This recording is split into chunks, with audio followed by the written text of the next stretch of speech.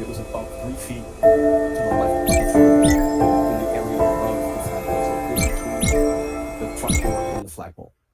Now, what caused you to remember that there was a Ford Edge parked at 3:30 outside the Alberts I residence? agree. How far could you see? For as long as I can remember, they have never parked a vehicle in front of their house. They've always had enough ample parking in the driveway. What policies or protocols of the DPW are enforced when vehicles are parked on the street or the road during a snow emergency? There is no parking allowed. We are supposed to notify our supervisor when there is a vehicle in the way. At that point, the supervisor will make attempt to call the resident or have the police show up at the resident. And then if they can't get the car removed, the car gets towed.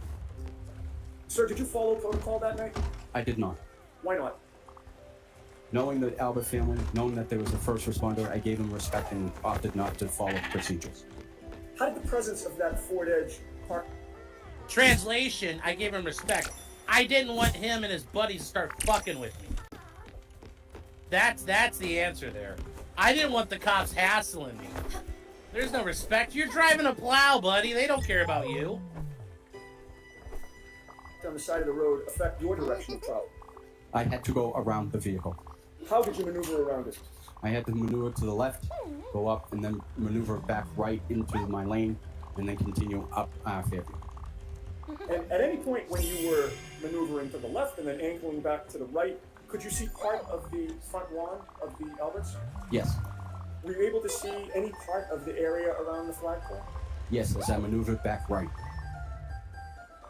And when you maneuvered back right and saw that area, what, if anything, did you see on the ground in the area of the flagpole?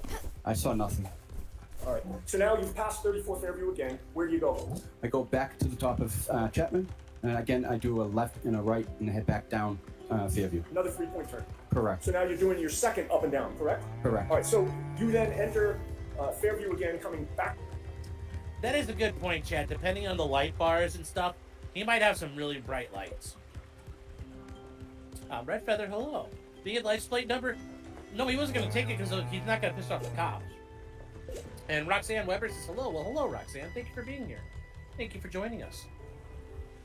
Welcome. Down from Chapman, and how long does it take you to get back down? Guys, more importantly, this destroys the narrative of the body being outside. This also points out if the car was there, why didn't Brian Higgins see it? It also destroys the idea that Karen backed up because she would have ran into Brian Higgins' car. So there's a lot of things that this destroys, this guy doing this. You know, could he have hit O'Keefe with the plow? Yeah, I mean, like, if he would have hit John O'Keefe with the plow, he probably would have dismembered him. But I don't think that would have been there. The area of 34 Fairview. Again, about 5-10 minutes. Now, you are now approaching 34 Fairview, and it's on your right or your left this time. Again, it's on my left. What, if anything, did you see in the road at that point? Again, I saw the Ford Edge in the road. Now it's on your left side? Yes. Did it appear to be in the identical position as when you came up the street toward Chapman? Yes. How much of the area of the flagpole were you able to see this time as you're coming back down from Chapman? I was able, it was obstructed, so I wasn't able to see as much as the first time, but I was still able to see the flagpole. What did you see on the ground in the area of the flagpole at now 3:35, 3:40 in the morning? I saw nothing. All right, so now you've done your second up and down pass, correct? Correct. Where do you go? I go back out on the Cedar Crest and I continue to do the rest of my route. Now, at this point in time, did you do more of your route or spend more time away than you did between the first and second time? I did more of my route staying away from Fairview. And about how long did it take you before you came back to the area of Fairview Road? About 3 hours.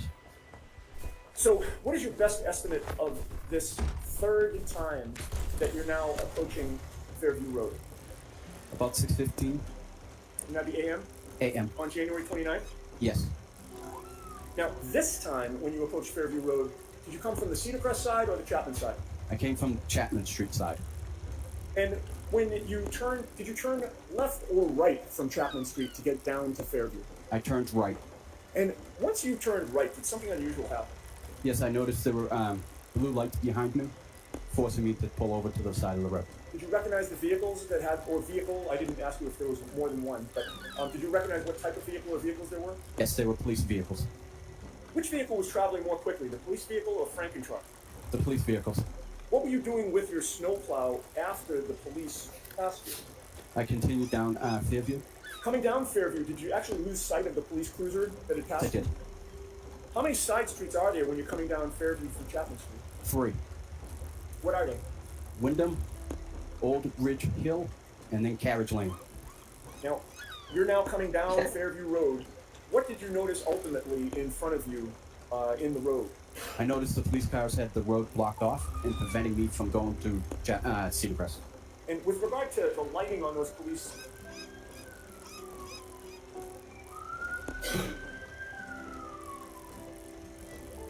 With regard to the lighting on those police vehicles as the road was blocked off, could you describe that for the jury? Sure, they had all their blue lights on and they were parked, blocking the road, the entire road. I couldn't get through. How well lit was it in the area where the police were? Very well lit. So, you're now confronted with a blocked road. What do you do? I turn around at Carriage Lane and I continue to do that road, and then I exit Carriage Lane and go to the left. And going to the left would send you back toward Chapman Street, correct? Correct. And once you leave the area of Fairview Road, how long does it take you to come back down to Fairview Road to finish the plowing that you didn't do the first time? As soon as the police were able to leave the area, I was able to finish that area. Do you recall what time you finished your shift on January 29th? I honestly don't know. I don't know. I don't remember. I'm sorry. No worries. Do you remember if it was daylight out at that time? It was daylight. Okay. Now, sir, in the aftermath of that storm, when was the first time you were approached by anybody connected within this investigation on either side, if you recall? About 2 weeks. Who was it that approached you at that time? First name is Paul, and he described himself as a private investigator for the defense team. Prior to hearing from the defense private investigator, had you ever heard from anybody from any police department whatsoever? No, Do you know who Michael Proctor is? I do. And did Michael Proctor ever call you or contact you at all in those 2 weeks? No, Where did the defense investigator approach you, if you recall? he approached me at my place of work, which was at the Canton Ice Rink, Metropolis Ice Rink. And what were you doing at the ice rink? I was operating the Zamboni. Now, without telling us what you told him, did you speak to the defense investigator? Yes, I did. And at some point, did you do something with the defense investigator?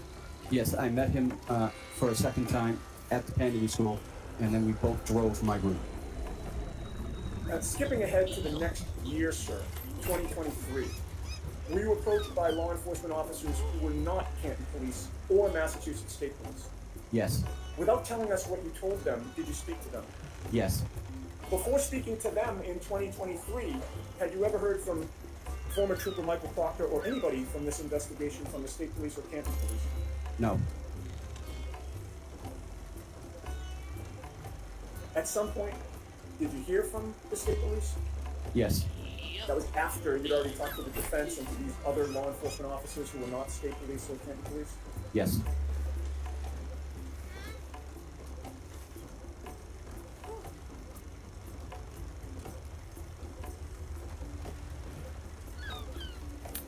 And sir, how clear is your memory about what you saw or didn't see in the early morning hours of January 29th of 2022 in the area of 34 Fairview?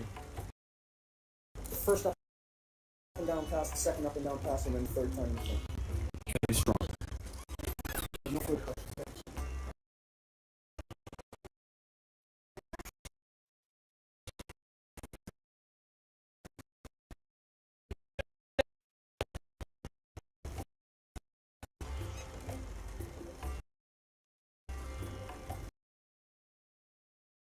There, I'm Julianus Manora. Good morning, sir. Good morning. Have you and I met before? Oh, sir. This is our first time speaking. Yes, sir. Sir, you say that your memory from that night is very strong. Would it be fair to say that before today, you've talked about this case many times? Yes. You've interviewed with different law enforcement people as well as civilians and attorneys, haven't you? Correct. I have not been one of them. You have not. Is it fair to say that when you've recounted that night as far as times and what you saw, many times your memory has changed? Is that fair to say? It has not. You spoke to a private investigator on behalf of the defense shortly Fuck you after to that me. night.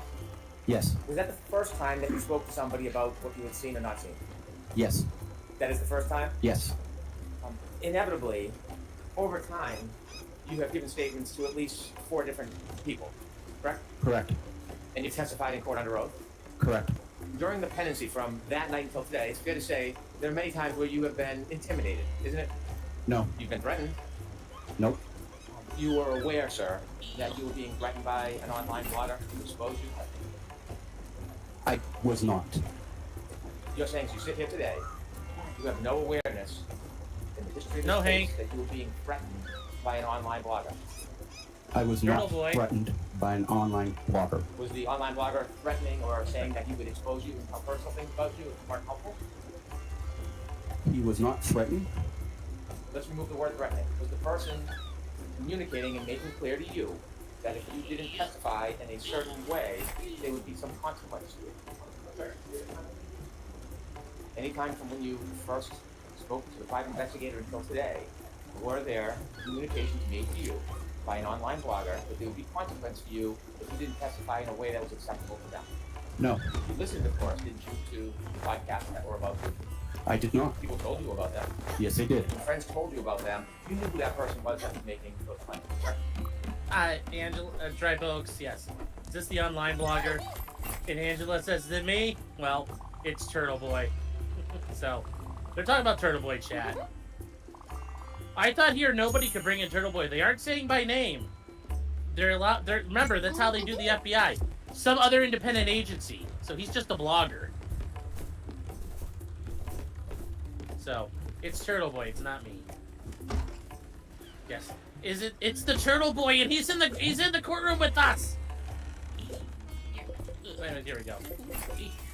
Correct. You were well aware of the person had a very strong and large social media presence. I didn't know how large or what his presence were, but yes, I knew he had a blog. Well, you know now that you follow that blogger now, don't you? I do follow him, yes. You pay for a subscription. I do not. You get one for free. I did not. And in following that blogger, you know full well the power that person has to get attention from the community to harass. Correct? Yes. And so, during the pendency of this case, not only were you aware that you were being pressured to testify a certain way, you also knew the consequences of it. You're gonna allow that? So he can answer. I don't know if he can answer it You knew though. there was pressure to testify a certain way. I did not know I was being required to testify a certain way. I was also at the time dealing with the loss of my wife. I was not paying any attention to any social media. Oh, that's it. The police killed his wife too. They shut him up. Been pressure on you to testify in a certain way. And that's fair to say. No, So, you received a call from that blogger. I did. And during that call, did you know the person was reporting you? I did not. You later learned that the person reported you. I did not. Do you know that your conversations were spread throughout the community online? I was. So some of those communications, I think, were claims that you would be exposed for personal matters. No. Inevitably, you met the person, haven't you? I've seen him. I haven't met him. You haven't spent time with him. No, I have not. You're still a follower of that blog. I am. When you follow the blog, do you read anything or do you watch? No, I don't do much anything towards the blogger. As you follow it, you can see there are oftentimes articles about you. No, Haven't you ever been encouraged to do the right thing? no, Haven't you ever been celebrated after you testified in a way favorable for one Yes. side or the other? yes, And so when you were being celebrated, that certainly took off any pressure that could be consequence, didn't it? Now you're asking him if he's lying, When you Hank. were celebrated for testifying a certain way, did you find that to be encouraging? I did find it to be encouraging, but Did you, I did not want it. I don't think I deserved it. All I was doing was my job and telling the truth. did you enjoy the attention that you got? I did not. You posed photographs with people before one side or the other. I did. And when you were in those photographs, are you saying you enjoyed the attention that you received? I did not. Again, I was trying to be polite and trying to avoid any confrontation that may come from something if I said no. Did anybody from the district attorney's office ever suggest they would confront you or punish you if you didn't testify a certain way? No. How many friends contacted you about what was being said before you testified? The pressure. How many people told you about that? I couldn't tell you. All my friends were telling me. So you were hearing a lot of noise or information from your friend group and community about what was being said about you. Yes. And this was before you testified at the first trial, sir. This was before. Sir, you work hard, don't you? I do. You work many different jobs. I do. You try to be a good citizen. I do. You are not looking for attention. I Wait, am wait, not. wait, wait, wait, wait, wait. It was brought to me. You wish you never had that attention. Wait, what an asshole. You try to be a good citizen, not that you are a good citizen. What, like, guys, once again, do not, like, you gotta be careful, Hank, acting like an asshole. Like, this makes you sound like an asshole, Hank. You try to be a good citizen. Yeah, everybody does. Most people are. Guy Remectin says I would lose my shit. That's what Hank wants. He wants you to show your ass. Attention, don't you? Yes. Because you just want to live your life the way you want to live it rather than have people you don't know attacking, criticizing, or intimidating you. Could you repeat that, please? Would it be fair to say that you simply want to live your life the way you've been living it without outside people attacking or pressuring or threatening? Yes.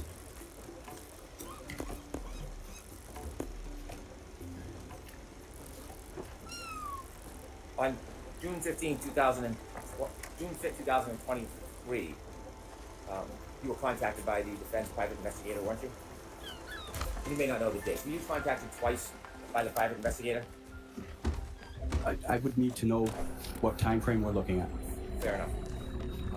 By the way, the blogger that I speak of, do you know if he is friendly or supports one side over the other? I know he is friendly towards one side, yes. Side sitting in the back of the room? I would say the defense team. You've interacted with a private investigator hired by the defense? Wow. Have you also interacted with any of the attorneys? Yes. Desperate, Which Hank. attorneys have you interacted with? Mr. Yannetti. Have you contacted or been... This is a question I hope they ask him. Has Hank ever asked you to come speak? No. I hope that's a question they ask. Have they ever contacted you? No.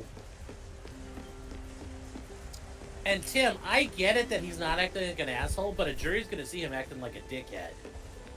The jury's gonna see him acting like an asshole. Remember, it's not all about what's right or wrong. The law and the facts matter. But if the jury thinks you're an asshole, you're in trouble. And Hank's looking like an asshole right now. You spoken to any other attorneys other than Mr. Yannetti? Just Mr. Yannetti. How many times have you spoken to Mr. Yannetti? Again, what are we talking? The first trial, this trial? The entire time, from that night until today. Can you remember how many times have you About spoken? 5 times. How many times have you gone in to be interviewed by him? 4 times? During those interviews, were they spaced out over the course of this case? Yes. What was the purpose of those interviews? To go over my testimony. When you went over testimony, were you ever shown prior testimony? Yes. Were you shown prior reports? No. Were you shown a prior investigator's report? Yes. Were you shown a prior report by a law enforcement agency that was not state police, not candidate? Not by Mr. Yannetti. I saw that first document for the first time during the first trial. When you were discussing the testimony, Oh! was there a discussion? Ah, he did it. Times the private investigator was Wow. then the report from that law enforcement agency. Could you repeat that Wow. question, please? Okay, we did that, chat. We went there. Was it brought up, discussed, in the memory, or at least in the report, we were told the defense private investigator and the law enforcement. No. Were you aware that there's a difference between the memory and the first trial, yes. When you were with the defense preparing for the violence, you were defense, Yes. you were questioned and answered. Yes. Were you ever subjected to a and the cross-examination prohibition that were important in this case? No. Were you ever pointed to any particular issues that were important to talk about? No. When you did the questions and answers, were they written down or Can you repeat that one, please? I'm sorry. when you went through the questions and answers and preparing practicing your testimony, were they written down? So ask him to. When you were preparing for your testimony, were the questions and answers written down or just speaking? Just speaking. Those 4 times that you met, is that a guess or was it 4 times? It was about 4 times, yes. Could it have been more? No. During those 4 times, was there anything different other than going through questions and answers about testimony and preparation? Was there any other subject you talked about? There were none. Did you ever receive any compensation for that? I received none. Do you know whether people were sending compensation or not? No. You don't know? I never received anything. Were you given anything to bring home with you that you could remember past testimony or some of the questions and answers that were going to be asked? No. How long were your meetings in preparation for your testimony? About 45 minutes to an hour? Were they all about the same time or were they different? When you came into court last year, it's fair to say this is after you became aware of essentially being targeted, correct? You can answer that. Can you answer that, Mr. Hoffman? I can't. I don't ever felt like I was being targeted. This was after you received all the information from your friends and people in the community that you were being attacked. How long ago? Again, I don't feel like I was being targeted. Are you concerned after this case what happens with the blogger that you follow? No. You talked about your Come on, meeting Hank, with let's the go. private investigator. The first time you met him, do you remember that meeting? Yes. Do you remember where you met him? I met him at my place of employment. Did you go anywhere with him that day? No, I did not. You had a conversation with him and you spoke about what you had remembered from that night? Yes. Do you remember when you spoke to that private investigator? You weren't sure how many times you went up and down Fairview that night? That you had said 2 or 3? No, I told him I went up at 2:30 at 2. Told him at 3:30 I went up 2. Went up and down. And I told him about 3 hours later I went up and down. Excuse me, I went down and wasn't able to go around the police cruisers and had to turn around at Carriage Lane. You mentioned that you believe you told the private investigator that you went up and down at 2:30. Do you remember when you spoke to the private investigator you actually said 3 o'clock? I don't remember 3 o'clock.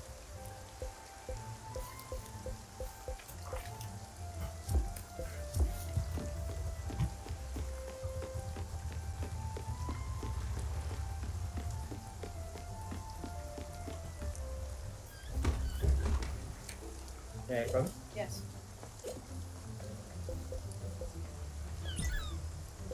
And before I do you remember you said that when you went on your second pass, it was around 3:15? This is the plow driver, Angela. Told him I I went drove the snow up. plow. Fairview between about 2:40. This is the snowplow driver. And I said about 45 minutes later I went for the second time. Okay. And you said 2:30, and you just now said 2:40 to 2:45, and then you said 45 minutes later. Yep. Do you remember telling the private investigator that when you think, or you said you saw a Ford Edge, you were actually still on Cedar Brook, not on Fairview passing by it, you saw it from the street at Cedar Brook? Do you remember telling him that? I Sorry, don't remember. Cedar Crest. I don't remember ever saying that. Jennifer? Yes.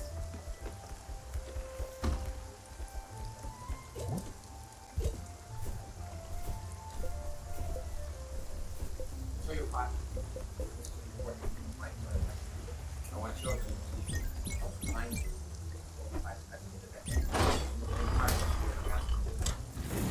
Whether or not you can on the private investigator are working asking up there to do what ones.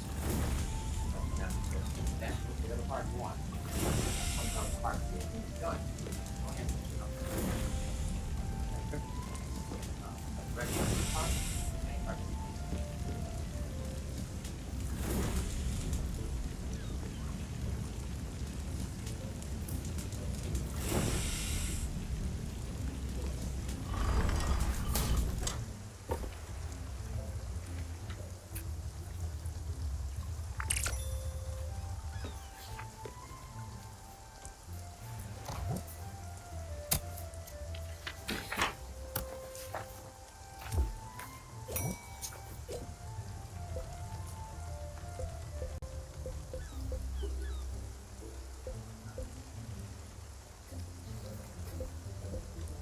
done, sir? Yes. May I approach, Your Honor? Yes.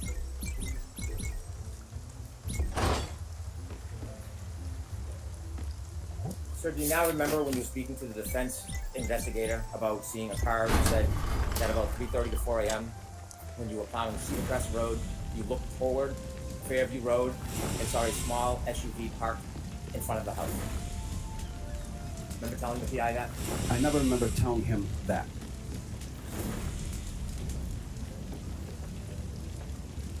When you spoke to law enforcement, not the Canton Police or the State Police, you understood it was important to be as accurate as possible? Yes. And you understood, at least with that law enforcement agency, if you misled them in any way, it'd be up to a 10-year penalty? Yes. When you spoke to them, did you take that interview very seriously? Yes. Try to be as precise and accurate as you could? Yes. And when you spoke to them, obviously, like anybody you had in mind, there could be serious consequences if they felt misled. Yes. Try to be honest with them, Yes. provide them your best memory in good faith. Yes. And this was shortly before, well, actually, this was May 24th, 2023, correct? Correct. When you met, there was more than one person there from this agency? I believe so. Was there potentially two? There was 2. And when you met with them, they asked you about when you began working that night. Yes. You told them 11:30 to midnight. I never told him that. And so as you sit here today, your memories, you did not tell those law enforcement agents that you began work at 11:30 to 12? We had a 2:30 start time. I understand, but I'm asking you, I never told him. It was always 2:30 start time. when you spoke to them, do you remember telling them the first time you were out near the area was midnight? Nope. No. When you spoke to those law enforcement personnel, were they taking notes? I believe so. Have you ever seen their report? The first trial I did, yes. Who showed you that report? It was shown to me by Prosecutor Lowry. Do you think Prosecutor Lally showed you that report? It was shown to me. And do you remember telling those two law enforcement personnel that you believed that they were emergency vehicles, ambulance? Now Hank's in a problem. He can't disprove that. Because now we'd have to put Lally on the stand, so... His tow truck driver, Lucky, is a smooth operator. His head may be smooth, but his brain is not. That was a good move. Because Hank can't disprove that right now.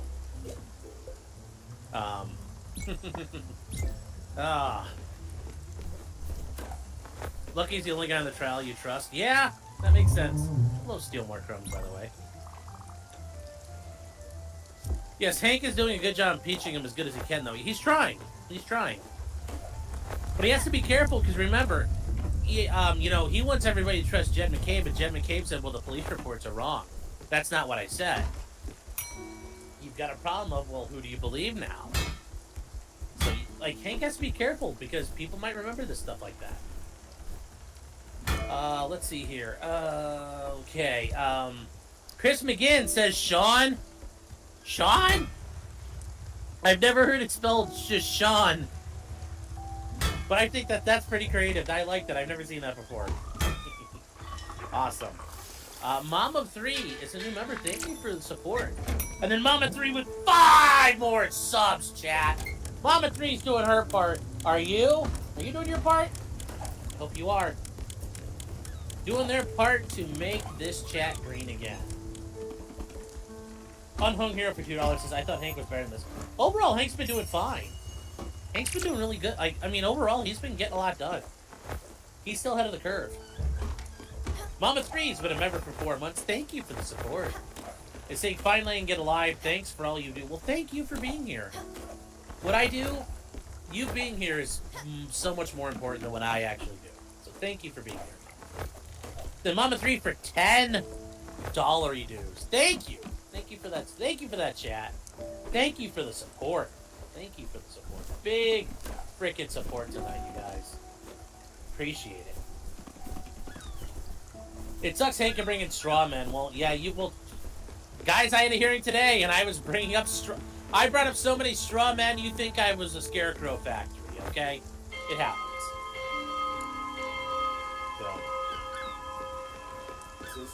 Or police cars in front of Fairview at 3 to 3:30 a.m. I do not. Are you Well, saying yes, that you just did you. not say these things to them, or are you saying that that's not your memory? That's not what I said. And so you're saying that's wrong. You're denying you Correct. made those statements. Correct. At the time they say that you told them there was emergency vehicles there at 3 a.m. That is the same time that you told the PI that you saw the Ford Edge around 3:30 to 4, correct? About 3:30 is when I saw the Ford Edge. It was dark out that night, wasn't it? Correct. There are no street lights down near that flagpole area of 34 Fairview, is there? Yes, there is. Okay. Was it on that night? I can't tell you honestly if it was. You testified at trial? I'm sorry, at a proceeding last year? I testified that there were. It was asked to me that there were not any streetlights, and I answered it in the affirmative way. And living in that neighborhood, I saw that there were actual streetlights. You testified at a proceeding last year, didn't you? Yes. When you testified at the proceeding, did you meet anybody from the defense? Was this story based? I don't know, when he met, how close to the proceedings it was. Do you remember being Was prepared it an before you accident? went into trial last time? Yes, By? by Yannetti, excuse me. Do you remember telling the defense private investigator that you made your final pass at 6:30 a.m.? I remember I told him it was about 3 hours going down Cedar Crest and was not able to go to the end of Fairview due to the first responders. At trial last year, do you remember saying it was 5:30? I did. And today you said about 6:15. Yes, You weren't timing anything on a watch at the time, were you? I was not. You were not accounting in any way for time whatsoever when you were out that night, were you? No, I was not. When you provided time, did you find something to best memory? Yes, Do you recognize that you have a differing memory on times of what you did that night? no, You talked about your view from the tow truck and that you have a bunch of lights on it. On the tow truck, you had mentioned that your vision to the side was 5 to 6 feet. Can you rephrase that, please? Yes, of course. You said when you were driving your tow truck, you could see forward and sideways. I don't want to be. I don't drive a tow truck. My apologies. My apologies. Snowplow. Thank You you. said you can see forward and sideways. I can see forward, I can see diagonal, and I can see right to left. When you look right to left, you said you could see about 5 feet. Correct. Do the lighting conditions affect how well you can see? No. Does the weather? Yes. When you're plowing, are you ever looking at the street in front of you? Yes. Are you looking at people's front yards? Yes. And so, what did you see as far as the front door of the Albert House that night? Was it open or closed? It was close. The lights on? I can't answer that for sure. I don't remember if there were lights on. How about the neighbors on the left? Were you looking at their front line? Yes. Did you see if their lights were on? Again, I didn't recognize if their lights were on. Do you look at every neighbor's front line up to the door as you're driving in the snow and plowing?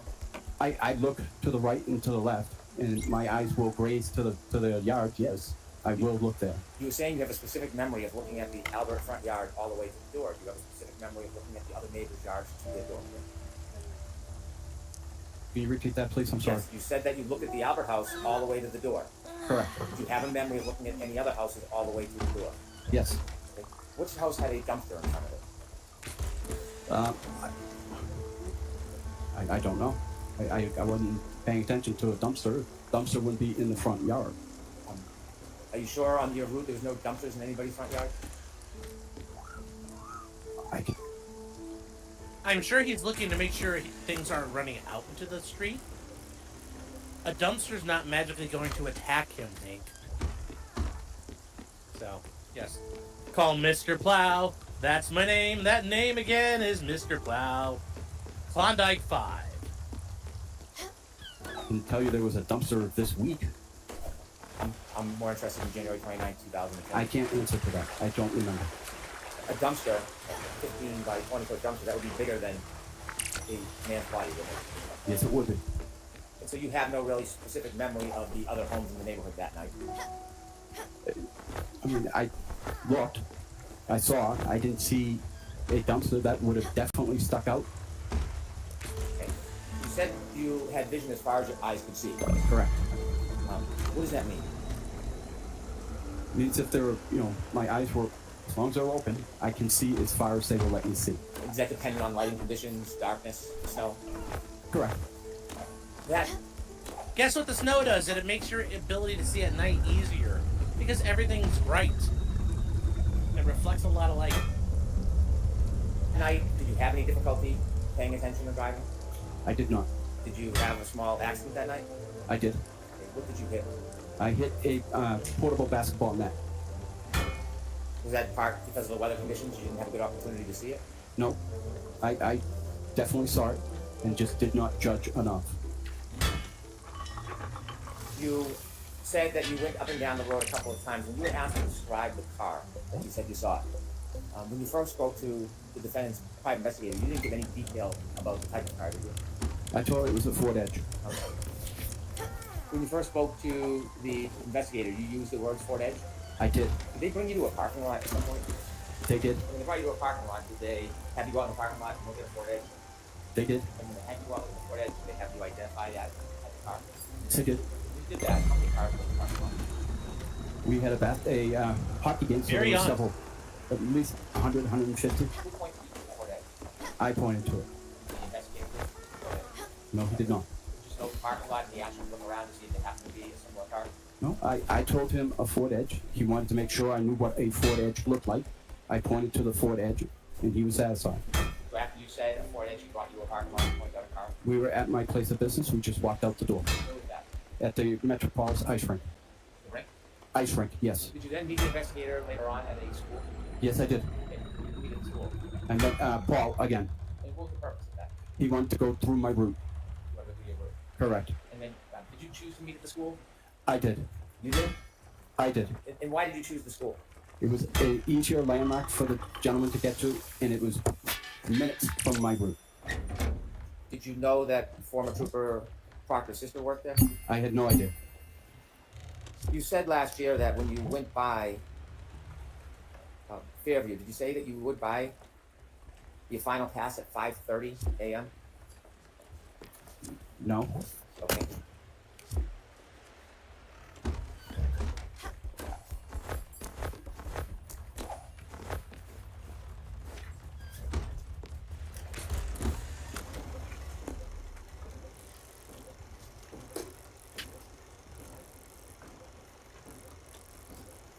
May I approach? Yes.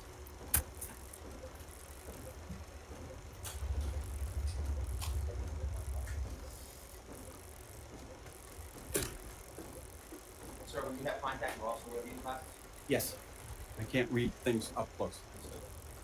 This is trial testimony Friday, testimony from June 21st, 2024. Mhm. You were asked.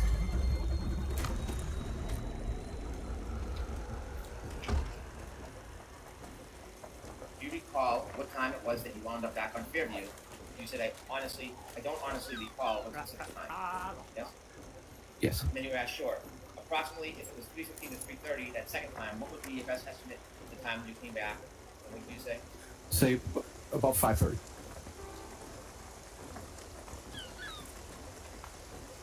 And so even last year, you were having some difficulty remembering the times, right? You were having difficulty last year remembering the times that you were on Fairview. No. When you said you were on Fairview last year at 5:30,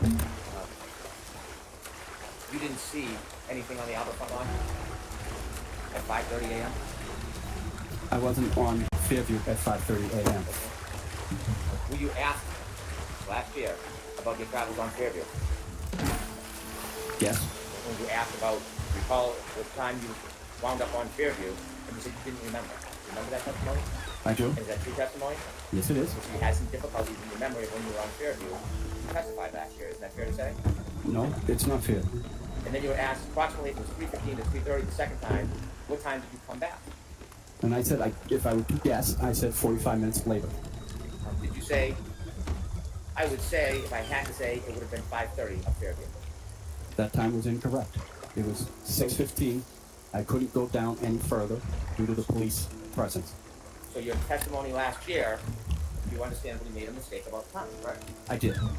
And it's true, isn't it, that you really have somewhat foggy memory about the time. It is not. That time of 5:30 is very different than the time you told the agents when you met them. The law enforcement officials that weren't from Hampton State Police. That was very different than when you told them 3 to 3:30. Very different. It's different than the 3:30 before timeline that you gave the defense private investigator the first time you spoke to them. Correct? Correct. And it's different than what you told the jury today that it was 6:15. It's different, but it's not.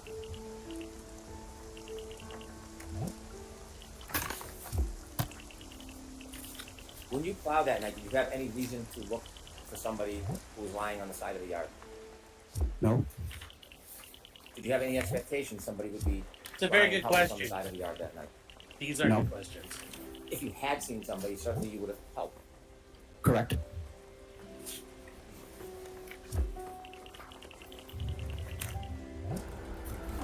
When you said that, well, when the private investigator asked you where you were when you said you saw the Ford Edge, are you saying that you didn't tell the private investigator that you were on Cedar? I don't remember telling him I was on Cedar Crest. I do remember telling him that I had turned onto Fairview and saw the vehicle. Cedar Crest in a storm at night is quite a distance from the flagpole of Fairview, isn't it? No. About 300 feet. Roughly. Difficult to see under those conditions. No. We have exhibit 71 stream 0 at about 6:17 a.m. please.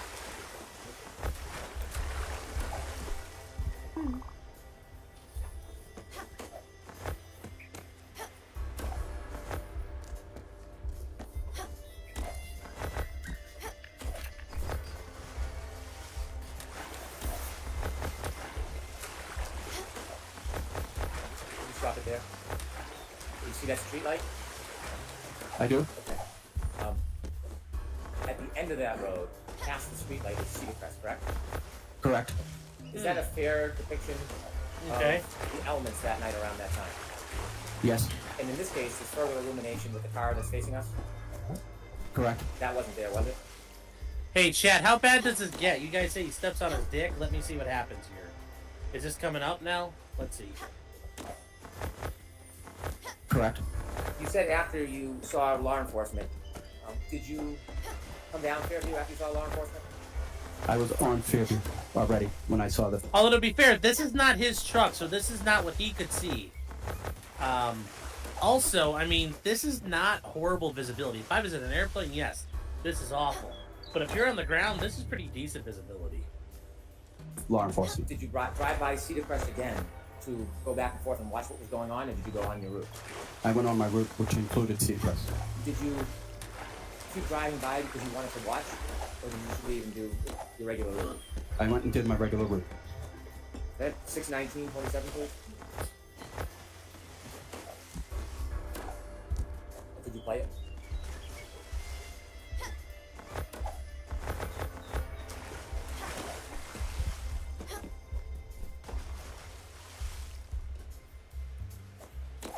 If you could back up a little before 6:19:27.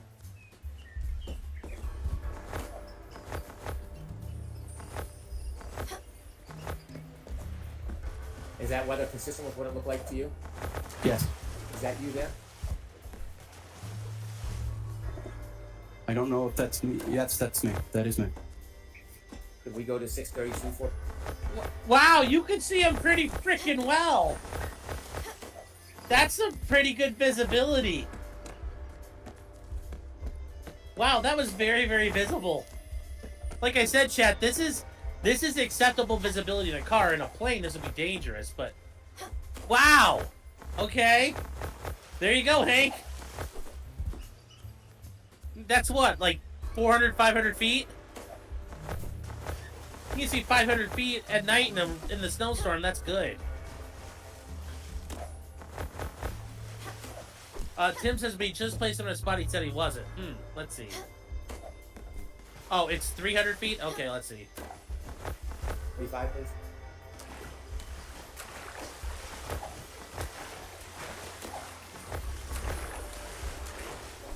Okay. Uh-oh, it froze again.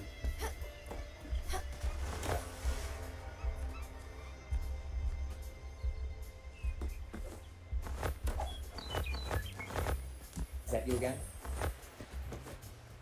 That one, I can't tell if that was me again. We go to 635, 14, please. Well, I don't think his snowplow tracks overlapped. Oh, do you think Paul's sitting in the back like, Paul not like Snowplow Man. Snowplow Man eliminates school snow days.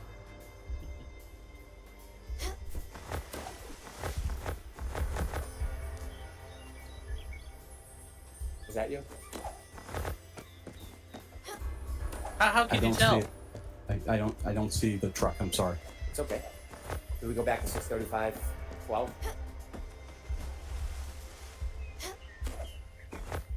That doesn't look like a It truck. looks like to be a pickup truck. maybe? That does not look like my truck. Yeah, 637, 45, please.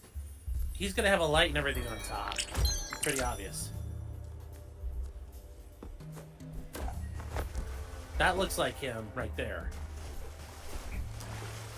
Next you again, right? Again, I can't tell you for Bye, sure Aaron. if that was me. Those were not your red and orange lights consistent with the earlier ones that went by? What I saw the first time. Yes, that they did. A truck with orange lights went by earlier. Hank, what are you getting at? And with the reflecting tape off the body of my truck. We go to I have 7. a plow guy that is a contractor What are you that we doing? work in tandem together. And was he out there that night as well, going by Fairview? Correct. Did you ever tell the private investigator about him? Yes, I did. 7 o'clock, 22 seconds, please.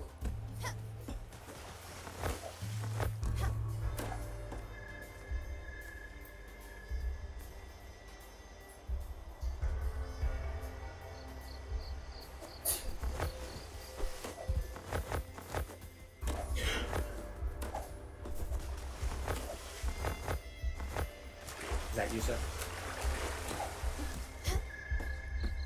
I can't say for sure. 7:15, 45 seconds, please.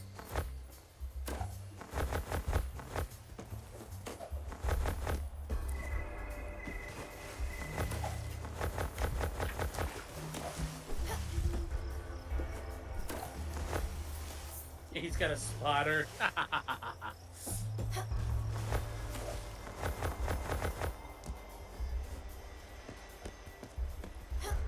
Yes, how many guys are out? That's the thing, chat. How many dudes with a blade on their truck are out in a snowstorm? Everybody who wants to make money. Every landscaper and alcoholic is out there making money in a snowstorm. I do not. 7:19, 55 seconds, please.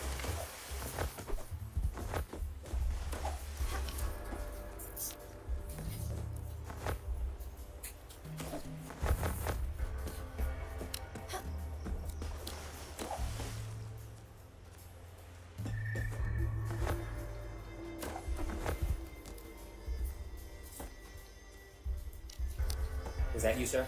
That was me. How long does your route take? It's hard to say. I mean, as long as it's snowing, it can take as long as it takes. Well, if you're gonna do a pass, how long is the entire pass? If I were to do from Cedar Crest to the end, it would take probably 10 minutes. If I were to do the entire route, I'm not cleaning up. I'm just giving it a pass so people can get through. It could take about 3 hours. It could take 4 hours. When you mentioned Brian Albert on your direct examination, had you talked to the defense about Brian Albert in your preparation of testimony? No, You knew some of the Albert family, I know the entire Albert family. and you know Brian Albert as a police officer. Yes, I do. Why is it that 3 times in your direct testimony you characterized him as a first responder? Because he's a police officer. They're first responders. Did anybody ever suggest to you to use the term or the phrases first responder when you were describing Brian Albert? No one did. Those are my words. Since your testimony last year, have you received any more focusing or targeting of harassment? Since last year when you testified, have you received any recent aggression towards you testifying? No, Have you had any further focus or problems? no.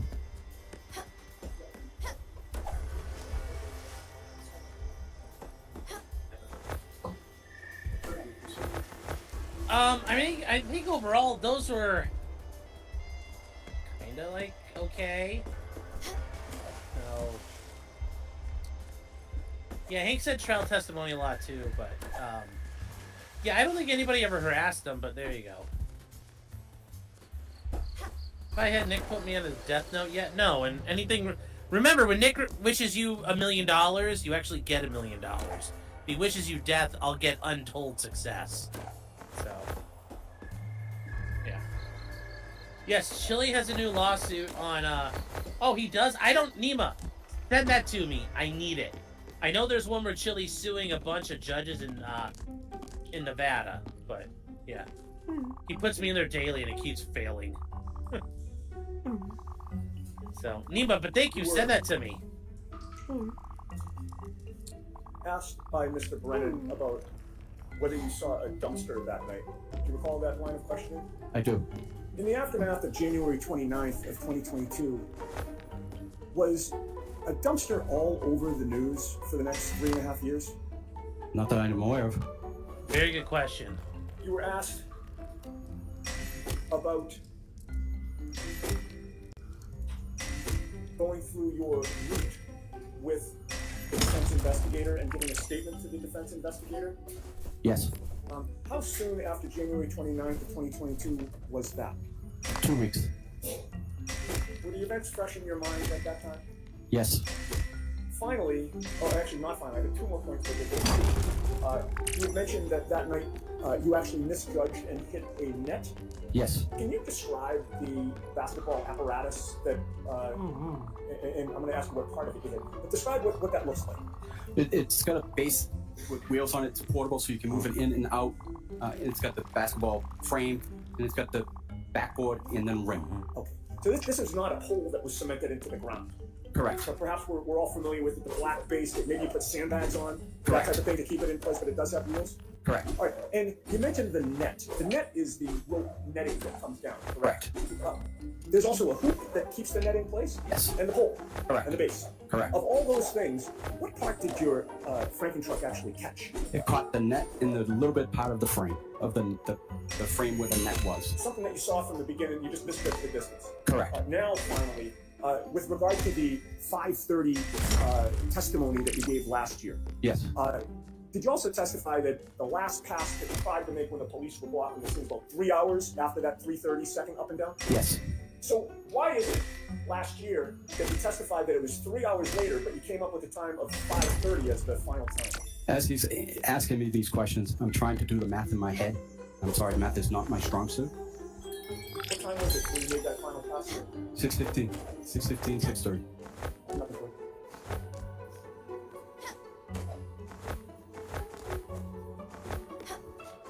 You mentioned you're trying to do the math in your head. There's no reason why you would specifically remember certain times on each pass other than trying to remember and give an accounting, right? Could you rephrase that, please? Sure. You don't have your watch out on a certain schedule that you have to pass a certain street at a certain time. Correct. You are marking your times to some event when you were driving up and down the street that night, were you? No. So you're trying to go back with your memory and piece it together the best you can. And Correct. that's why you're giving estimates, yes? When Correct. you spoke to those law enforcement officials, not Canton, not state police, and you said at 3 o'clock you saw first responder vehicles. That was based on your memory, wasn't it? Based on your memory. Not at 3:30. Right. Do you know that there was a car similar to a Ford Edge in front of 34 Fairview around 6 a.m. that morning? I wasn't able to get in front of Fairview Drive, 34 Fairview, at 6 o'clock in the morning. Have you ever met Terry Roberts before? I have not. Counsel just asked you if there was a lot of media about this case. You said that there was. Did he just ask you a question about whether there was a lot of attention on this case? Did he just talk to you about everything that happened after this case, all the attention? Remember his question about all the attention after this case? He asked specifically a question about the dumpsters. And he said that wasn't subject to a lot of attention, was it? Correct. Right. But this case was. The case itself, yes. The people involved in this case were subject to a lot of attention. Correct. And you spoke to the defense investigator after this case as far as attention is concerned. You remember speaking to the investigator on June 5th, 2023. Yes. And you know, coincidentally, that is the day the blogger put out the article on you accusing you of not doing the right thing. Can I approach?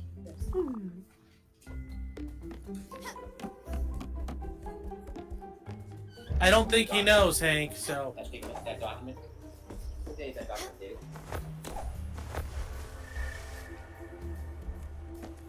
June 5th, 2023. Without reading it, that document. Hmm. Possibly. Correct. Your friends and people in the community talk to you about certain things that Not specifically this article, but they were sending me stuff that would be printed about me, yes. I want you to take a look at what they said about the way that information.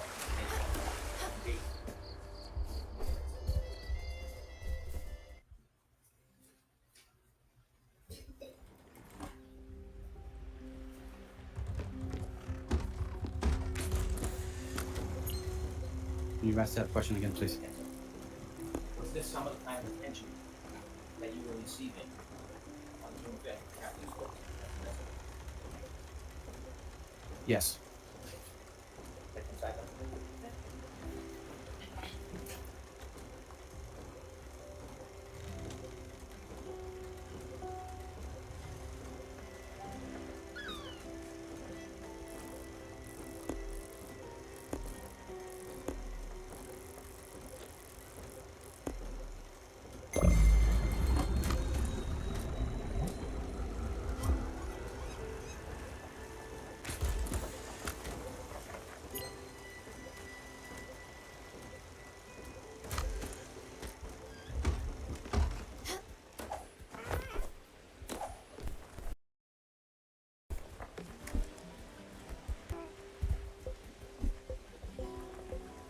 Alright, chat, we gotta skip ahead here. Alright.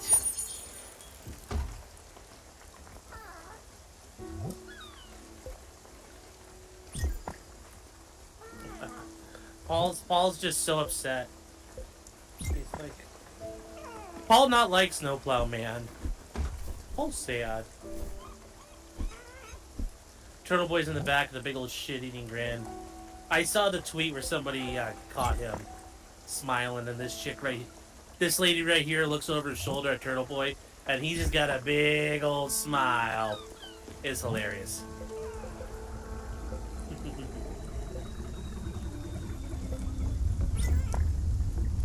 That's nice he got in today.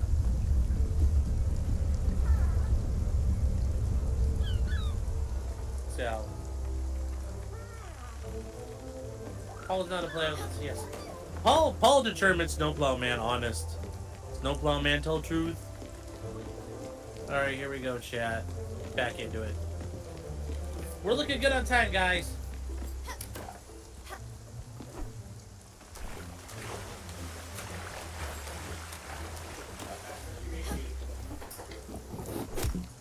All right, Mr. Brennan.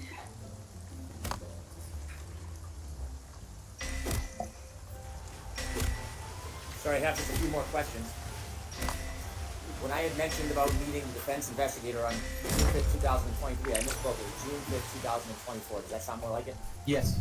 June 5th, 2024, was that shortly before you testified before? Yes. You were asked on redirect examination whether any dumpsters got any attention about this case. The question I was asking is, did you notice things that might have been open and obvious? And you have no memory of an actual dumpster in the area, correct? Correct. If I could have on screen Exhibit 37, still photo from that clip. Okay, I'm sure that there is one. That doesn't mean he didn't see what he saw, Hank.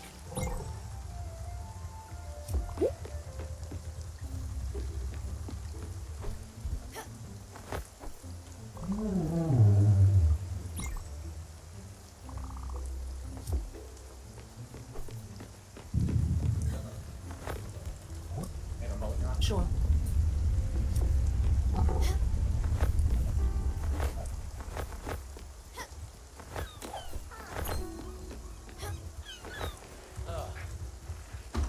Ugh. There we go, chat. Okay.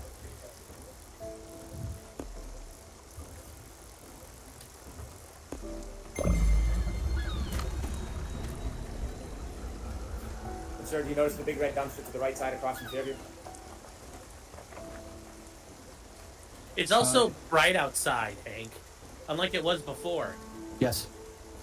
Take that Notice down. that. It's a little brighter now than it was. Sir, when we started the break, I asked you some questions. I showed you a document, asked you if you were aware what was inside that document, and you mentioned that was around June 5th, 2023. That was before your last testimony in this case. Yes. And you knew that a person or persons were putting out private pictures of you online. I did notice. And those private pictures, you didn't give anybody permission or want that attention, did you? I did not. In fact, it wasn't just some private pictures, it was pictures taken from a number of different times in your life, correct? Yes, You never gave anybody permission to do that. I did not. You didn't want people talking about you or asking you questions. That was none of their business, did you? I did not. And it was embarrassing that you were being made this public spectacle when you had done nothing wrong, correct? Can I ask it differently? Was it embarrassing what they were doing to you? I wouldn't say embarrassing as more as aggravating. In fact, they were calling your boss. Yes? I'm gonna allow that. Yes, And you mentioned how hard you work. yes, Wow, you even further appreciate it. yes, Never only any time you want to try harder. I do. Calling your boss.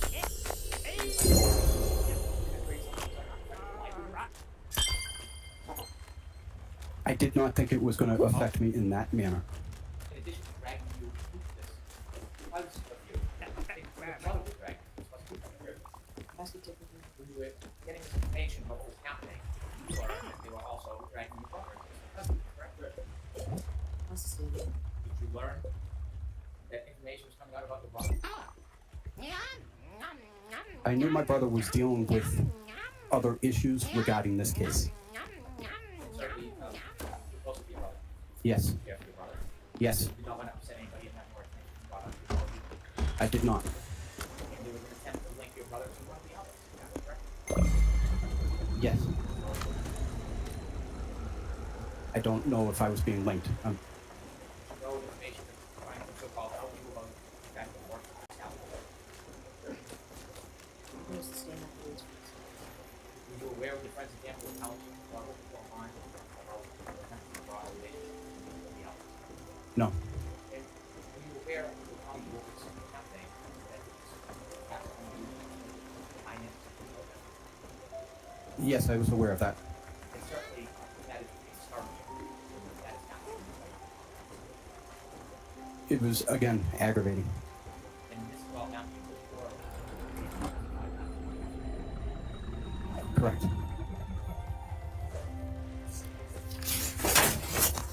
after you testified, things got better. I wouldn't say better. It's gotten a little more easily manageable. You were no longer being harassed. You were being harassed. Correct. Yes. Showing you a photograph, do you recognize that? I do. Is that part of the raising process after I testified a certain way in the last time? It was after I testified, yes. With redacted. So I need to see what that is. I decide on make this very. All right, chat. We're going to another sidebar. Yeah, he's being harassed today by the anti-Karen Reed people, so wouldn't surprise me there.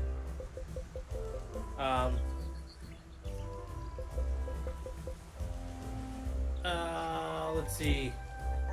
Examoon says for 7 months. Thanks for being here. YouTube put CNN my suggestions after 52 seconds. Wow. Stabby's been a member for 24 months. He says, oh no, this is not good. This is not good, chat. Nick, wish me 1,000,000 subs, you'll be 1,000 pounds. Ah, thank you, Stabby. And then nice podcast, stupid. Dan, how you doing? Says, goofy name aside, the world needs more Turtle Boys. 100 fucking %. He is doing God's work here on this case, at least. So,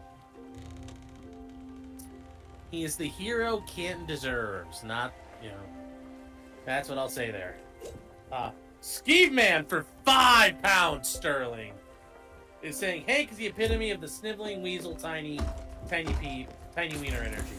My God, he is aggravating. I hope he isn't married, as his wife must hate him when he talks. Well, guys, there's stuff he's doing that's okay. I just think he's an asshole when he does it. But some of these cross-examination questions were good. The one though, do you see the dumpster now? You mean at 7 o'clock in the morning?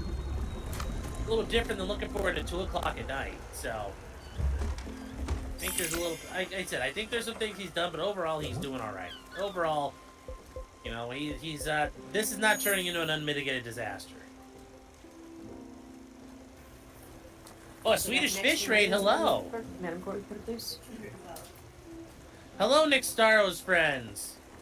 I appreciate you guys being here. Welcome. Welcome, welcome, welcome. Thank you, guys. Nick Starro from Nick Starro's Trial Watch. Hope you're doing well, Nick. And I just showed you a photograph. Is that a fair and accurate depiction of you Hi, hello. after your last testimony? Yes. Reflecting you now being Friends of the embraced show, by the chat. Zach? Friends of the show. Yes. Could we show the photo, please, Ms. Gilman? With the court's permission? Yes. And that's you, Mr. Laughlin? Yes. Take that down, please. Thank you for your time. Sir, if I might go on. Sure. Mr. Loughlin, I should say. The questioning about the attention that you received in 2023 when you received secondhand the information from the blogger, was that before or long after you were interviewed and gave a statement to the defense investigator in February of 2022? It was long after. Nothing further. Thank you. All right, Mr. Lockman, you are all set, sir. There are another witness. All right, do you need to see me before Ashley's coming in, or will that be in a while? Why don't you come on up really quickly? All right, chat. So overall, this was pretty good. This wasn't a disaster for Hank. I think that they got a lot of good information in from the defense here. So I think that this was a positive for Karen. But this guy, we knew this guy wasn't going to be a landslide. This guy was going to be okay.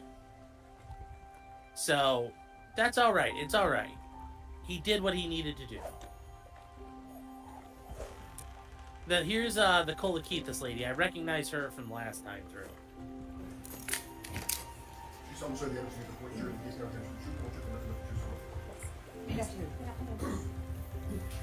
May I proceed, Ron? Good afternoon, ma'am. Good Would you afternoon. please introduce yourself to the jury and spell both your first name and your last name? Sure. My name's Karina Kolakithis. It's Karina. Last name Kolakithis. Kolokithas. That's almost as bad as your name. It's long. In what town do you live in? I live in Canton. How long have you lived there? We've lived there for 22 years. Where did you grow up? Now, if you guys are keeping track, this is not a very Irish name. So I initially grew up in Randolph, and then we moved to Braintree, and I finished my last 3 years of high school and stayed there till I was married. And where did you go to school after high school? So after high school, I went to Northeastern University. I did the pharmacy program there.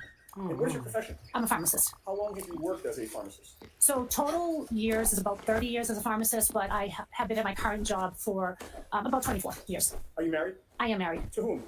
His name is Nicholas Kolakithis. How long have you been married for? 24 years. Do you have children? I have 2 children.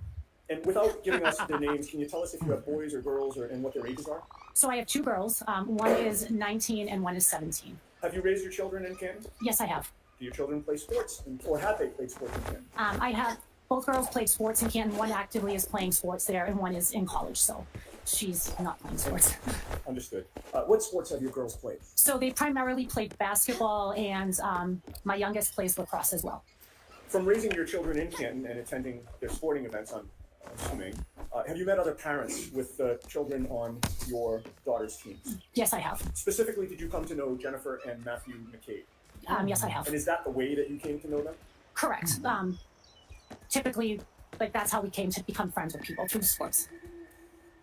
Now, prior to January 28th of 2022, how long had you known Jennifer McCabe specifically? I would say about 10 years or so. And during that time, what was the nature of your relationship with Jennifer McCabe? So we were just friends through the kids. Multiple kids did different sports. They played on different sports teams, so we were friends through that. And how often, or if at all, did you socialize with her and or her husband? So typically, sometimes if the kids had play dates, it was mostly my youngest daughter, to be honest. So my youngest daughter and one of her daughters were good friends and played on similar sporting teams.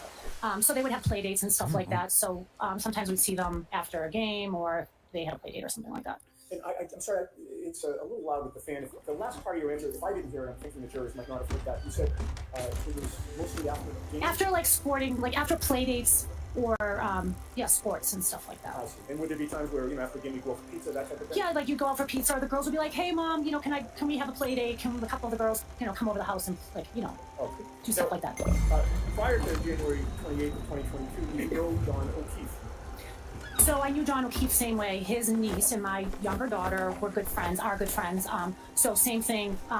We knew him through the sports as well. My husband coached his niece in a couple teams, and they also played soccer together. So that's how we knew John. And do you remember how long you would have known him for before January 28th of 2022? I would say about 9 years or so. And what was the nature of that relationship?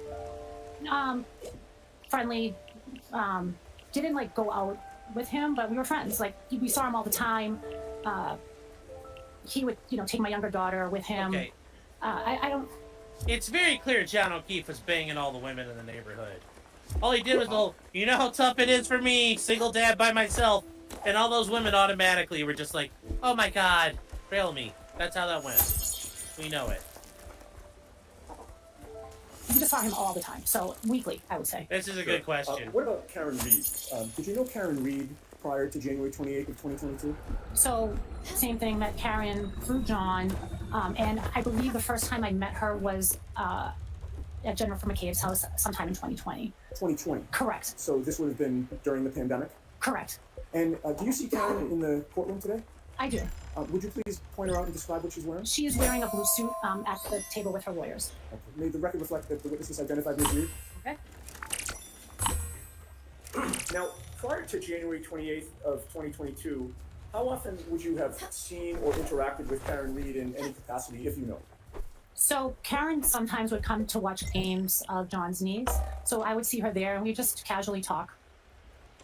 And what was the nature of your relationship with her prior to January 28th of 2022? We were friendly. All right. Now, directing your attention to January 28th of 2022, do you recall that being a Friday? Correct. What did you do that day So that day I worked. as a pharmacist? Correct. Do you recall what your hours were? Approximately, I would say 8 to 4:30 that day. What plans did you have after work? So after work, my plans were to go to the Canton High basketball game to watch my daughter play. And what plans came up for before the game that night? So before the game, before I left work, there was a text that went around saying that some of the parents were going to meet at the Canton Junction before the game, and if anybody wanted to stop by and grab a bite to eat. And what is the Canton Junction? So it used to be like a little pub/restaurant in Canton. Did you go to the Canton Junction? So I went home first because I went home first. I had a bag. Yeah, I had she's to a switch out pharmacist because we like have to have Alessi. plastic clear bags at work. So anyway, so I went home, and then after that, I stopped at Canton Junction. Okay. And did you go alone or with someone? So I went by myself. And when you got there, did you see people that you knew? Correct. So I walked in, and there was a bunch of parents there from the varsity teams, the varsity team. And excuse me, was either John O'Keefe or Karen Reed there? They were not there. What about Jennifer McCabe and or Matthew McCabe, her husband? I believe Matthew McCabe was there. I don't believe Jennifer went to the Canton Junction. Now, how long were you at the Canton Junction for? I would say less than an hour. Do you recall about what time it was that you would have been leaving there? I'm not really sure. The game started at 6:30, so before 6:30. All right. And when you left the Canton Junction, where did you go? I went to Canton High School to watch the game. And in the gymnasium, with whom did you sit to watch your daughter's basketball team? I'm not sure who I sat with, but it would have been those parents from the varsity team, whoever was there and wherever there was a spot. Was it generally a custom that the parents of all the kids on the team would kind of congregate together in the stands? Correct. Do you recall what time the basketball game ended? I believe the game ended around 8:30. Where did you go after the basketball game? So after the game ended, I went down and waited on the court for my daughter to come out of the locker room, greeted her, the players, and then I said to everybody, I'm going home. And you did go home? Correct, I went home after the game. And having now made it home, what were your plans that night? So my plans were to stay home. I was tired, I worked all day, watched the game. I was pretty much done with the day, so my plans were to stay home. At some point, did those plans wind up changing? So then I started getting text messages from my husband saying, you should come out, we're gonna go to the waterfall. And I said, no, I'm not coming. And what is the waterfall? So that's a restaurant that has a bar, and it's on in Canton on Washington Street. Okay, so you've now you've given your husband the stiff arm, so to Correct. speak, right? You're Correct. not going. Not going. So what happens? So then he keeps on texting me. He's like, I'm at the waterfall. You should really come. It's fun. There's a band. And I was like, really? Like, I don't want to go. And then my kids got involved with the conversation. And how did that affect your decision? So they started saying to me, Mom, you never go out. You never do anything. You know, Dad's by himself.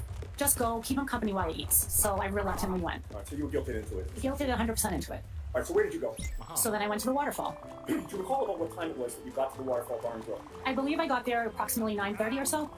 And when you first arrived there, who was there, if anyone, that you recognized? So my husband was there, and then I recognized Jennifer and Matt McCabe. And what happened after you got there? So after I got there, I walked in and I said to my husband, I'm like, where's everybody from the basketball team? And he said, I don't know. They all sort of split up. He's like, don't worry. Just hang out here. I already ordered a sandwich, so just hang out with me while I eat, and then we'll go. And were you introduced to anyone? Yeah, so then Jennifer McCabe started introducing me to all her family. So I got to meet a lot of them. It was fun. It was a good time. And do you recall specifically who you met?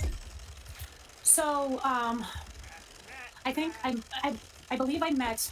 Well, she sort of just introduced me to whoever was at the table. So I'm not sure 100%, but just like the niece, her sister, her brother-in-law, like people like that. All right, the Albert family? Correct. And when you're being introduced to a bunch of people at once, it can be tough to keep everybody's names straight at the time. Right. It's kind of overwhelming. There was a lot of Jen's family.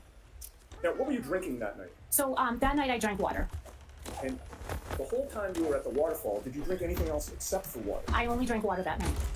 Now, was there a point when you were going to leave the waterfall before they closed up for the night? I'm sorry. Can you repeat that? Sure. You wound up leaving at a certain time, correct? I never left. Well, you left because you're in court today. You're not still at the waterfall. Okay. Correct. So what I'm trying to get at is, at some point you left the waterfall, but was there a point before that where you were planning to go? Correct. Tell us about that. So my husband had eaten, and I said, you know what, I think I'm going to get going. And I was about to get going, and then John and Karen walked in. Oh, and when you say John and Karen, you're referring to? John O'Keefe and Karen Reed. And why did that change your plans? I was excited to see them. I liked Karen, so as soon as I saw her walk in, I was like, hey, I'm going to stay. I want to talk to her. And what did you notice about John O'Keefe's mood when he arrived that night? So John was very happy. His niece had just gotten into a private school called Bishop Fien, and that was like the first thing he was talking about. He was elated that she got in, and he was telling everybody about that. And thereafter, how much interaction did you have with John and or Karen? Karen and I probably spent the entire night talking. Maybe give or take some time that we didn't, but the majority of the time Karen and I were speaking together. And if you had to estimate, how long a conversation did you have with Karen?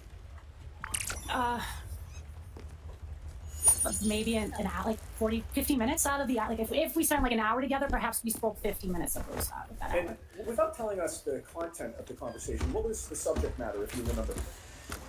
So Karen was also, she mentioned being excited about Kaylee getting into Bishop Fien. And well, when I first saw her, she first started talking about my daughter. So I saw her, she came in, she greeted me, and when we did start talking, she just started talking about my daughter and how much she really loved my daughter's relationship with John's niece. And while you were having this conversation with Karen, was it an easy conversation back and forth? Very easy. Where were you located within the waterfall while you were having this conversation? We were at a height. I don't remember where we were talking. We were sitting down talking at a table. The high top And tables, how close did you chat. get to her when you were speaking with her? In order We're there. in order for someone to hear you, because of the band being so loud, we were probably a couple feet from each other. And in what direction were you facing when you were speaking to her? And I'm talking in relation to Karen. I don't remember if she was next to me at this point. She could have been next to me at this point. All right, and your face would have been facing where? At her. Okay, that actually was the question. I'm sorry, this is kind of a stupid way to talk, but I have to ask the questions this way. We were and then- face to face. There you go. All right, so in other words, Karen was also facing you when she was Correct. speaking to you? Correct. Did you notice what Karen was drinking? So she was drinking a drink out of, it was a clear liquid out of a clear glass, and I assumed it to be alcohol of some sort, but I'm not sure. And while you were talking with her, can you describe, was the conversation coherent? Very coherent. Was she making sense? She was. Was she engaged in the conversation? She was. And did you make any observations regarding her sobriety? She seemed fine to me. And you're a pharmacist, I correct? am a When pharmacist. you were that night. I was that night. How much interaction did you see that Karen had with John O'Keefe? They had some interaction. And was there one specific interaction that stands out in your mind, then and today? And I'm talking about a physical interaction. Now, this is something here, Tim. I kind of think, if you believe this idea that something was foul play was at play, she kept Karen alive, but John died because of this. If they weren't going to kill Karen, they were going to kill John. Yeah, she might owe her life. When they hugged at one point. Okay.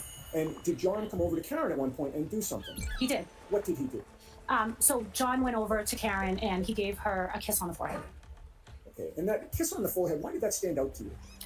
So, honestly, I'd never seen something like that before. A boyfriend do to a girlfriend in public. Never saw that. So it just stood out to me. I was like, wow, that's the sweetest thing I've ever seen. Can we queue up Exhibit 22, Mr. Wolf? I'd like to go to approximately 11:36 and 41 seconds. And if we can, well, first of all, have you seen that video before? I have. Do you recognize what Exhibit 22 depicts? It shows a waterfall. And is that consistent with what it looked like when you were there that night? Correct. And you've previously identified that as being a fair and accurate video of that night? I do. If we could zoom in, well, first of all, again, let me try and lay a foundation. Where would you be, if you recall, at the waterfall within that video? To the right, to the left? I'm in the right, in the black top, sitting on a chair. Okay, could we zoom in on that area, Mr. Wolf?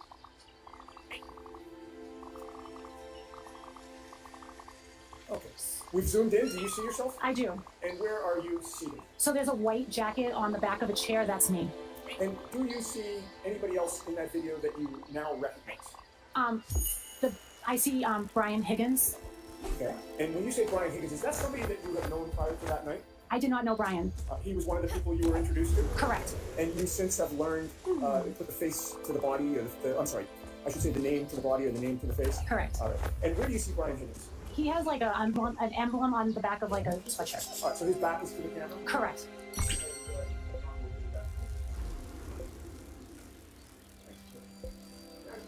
Yes.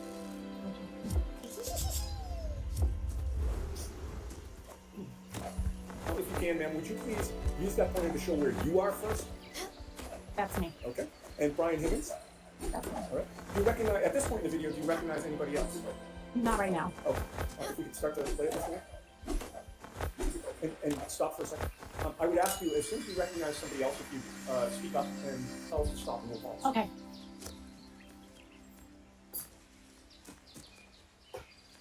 So right there is Karen's head. Okay. Is that the back of Karen's head, or? Correct. So that's the back of her head. All right. And then by the way, just so the record's clear, over Mr. Higgins' shoulder, there appears to be a face looking forward on the right shoulder. You see that, right? correct. You're not referring to that. You're referring to the long hair that's in back of that. Yeah. Could I point to it again? Okay. So I'm referring to that head right there. Understood. Okay. And then Very clear to tell this guy's got some sort of Harley Davidson sweater on. But yes, I think that's funny. You guys were able to see better. Yes, I'm giving you guys the inferior one. So. Yes, they also know that Higgins is most likely for jurors to latch on to, yes. And they're building a better story around him, yes. We'll see that. When I heard they brought her in and I heard this was coming back up, I was really worried that they're going with this fucking... I still think this is an awful strategy, but I get it. I guess what they think is best. And if the jurors come out and say, we're like, oh my god, I believed it, I'll eat crow. I think you would say something else. and then that right there is John O'Keefe with the hat. Okay. There's a ball cap. Correct. And on the video, as we're looking at it, it's to the right, up the top. It's to the right of the PM chyron there. up Right at to the top of right. screen. Correct. Sorry. If we continue to play. Stop. What do you see? So I see John giving Karen a kiss on the forehead. Is that what you saw that night? I did.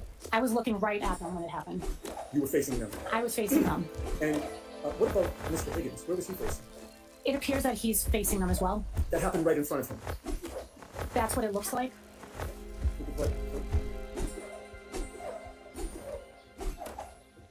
Guys, David from MLS. Hello, David. David says, I'm not watching. Thank you, David. Guys, you can find over at Making Law Simple. He's got all kinds of stuff going on. And with it's a Lego stream coming up after Karen reads over. I'm going to set it up so we go do some Legos this summer. But you guys doing it. Is the video from 87? Yeah. But thank you, Dave, for the super chat. Thank you for stopping by. Another friend of the show, chat.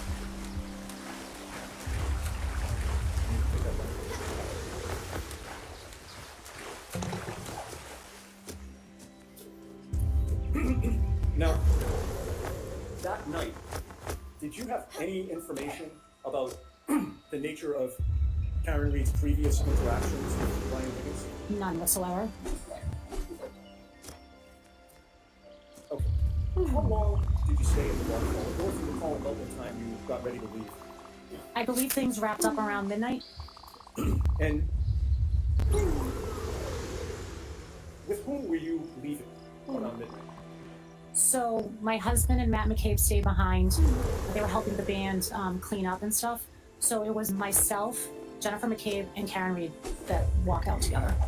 Okay. And you've previously seen video footage of the end of the night with yourself, Karen, and Jennifer McCabe sort of in a grouping. Correct. And excuse me, I'm sorry that I just need to clear my throat. I hope that's the okay. last time. That's okay. Did you see on that same video at the same time, there's a grouping in another area of the bar at the same time? Correct. And do you recall who was in that group? I believe it was Chris Albert, Brian Albert, and Brian Higgins. Okay. Could we now publish again Exhibit 22? And I'd like from the approximate start time of 11:57 42 seconds. And if we could hit play, Mr. Moore? Oh, I'll tell you what, stop it for a second, thank you. Could you zoom in, please, on the right portion of that video, the upper right? We'll start with that. Okay. So this is the start of this clip. It's the 11:57 and 38. Do you see anybody in that clip that you recognize? Yes, so I am the person with the jacket with the fur around the hood, and Karen Reed is the other woman that I'm talking to. We can play that, Mr. Wolf?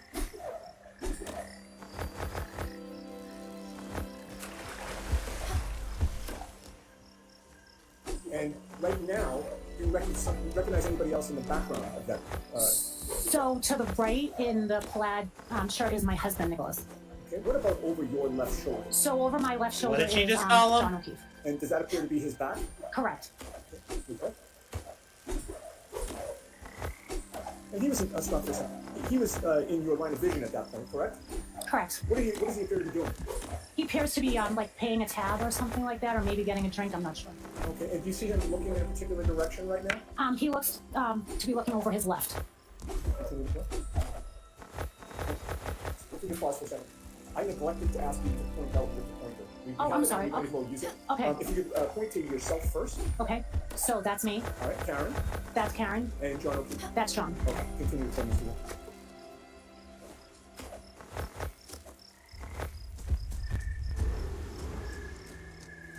Stop. Back up just a sec.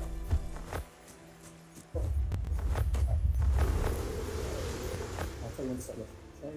Stop. Okay. Do you see what direction John O'Keefe is facing now? He's looking to the left. Okay, keep going.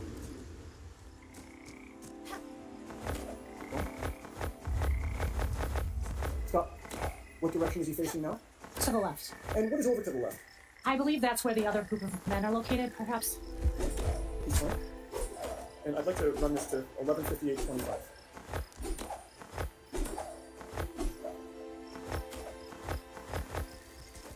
Stop. At this point, his whole body is turned to the left, correct? Correct. And he appears to be facing where the other group of men were? I'm sorry, repeat that? He appears to be facing in the direction of where the other group of men were? Correct. Continue to play. All through until 11:58:25. Okay, that's perfect. Now, keeping the video up, I'd like to now scroll over to the left side of the screen, and we're going to start that at 11:57:42, the same approximate time we started the previous. Yes, this is where that happens.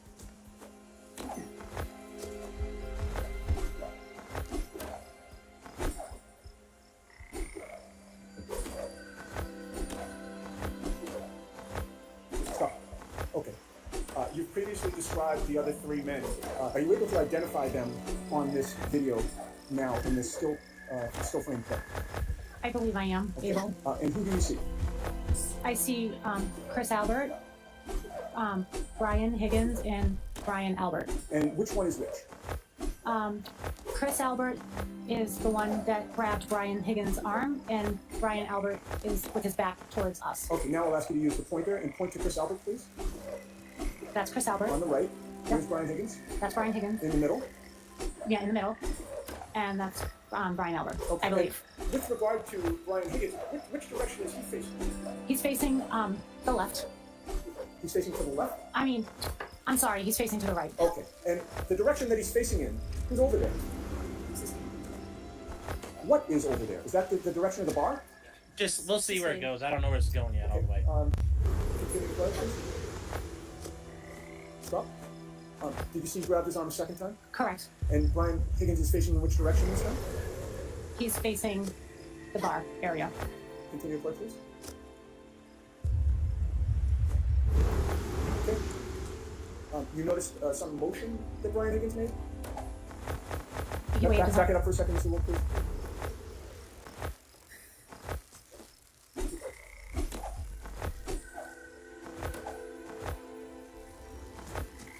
Stop.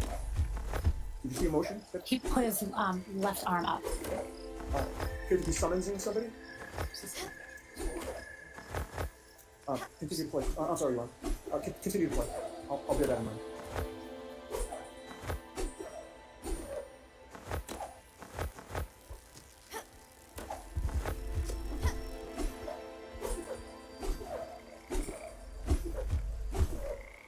Okay, we can stop there.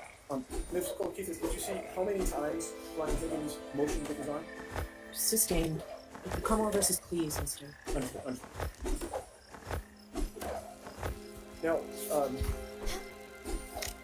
prior to this night, had you known or been aware of Chris Albert? Just knew him from seeing him at D&E Pizza. Okay, and you say you've seen him at D&E Pizza in what capacity? I think he's the owner there at D&E Pizza, and we've gotten pizza there before. And you've been in that establishment before? Correct. And with regard to Brian Albert, have you had any interaction with him, either that night or before? So that night, I was introduced to him, and I think I even spoke to him a little bit there, and then maybe saw him like a basketball game. I don't remember him really prior to that night. Oh, now I'd like to play the portion of the video where you are then leaving and ask you some questions about that. Yes, I think we can zoom out and perhaps hit play, Mr. Wolf, at this point.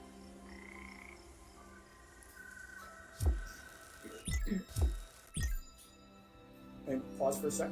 If you could use the pointer and just point out again where you are at this point. That is me. All right. And are you able to see Karen at that point? She's right there. Okay. And what about Jen McCabe? Are you able to see her at that point? I'm not sure. Okay. All right. Continue to play, please. And stop for a second. I should have asked you, if you do see Jennifer McCabe enter the picture, could you alert us? Okay. Continue to play.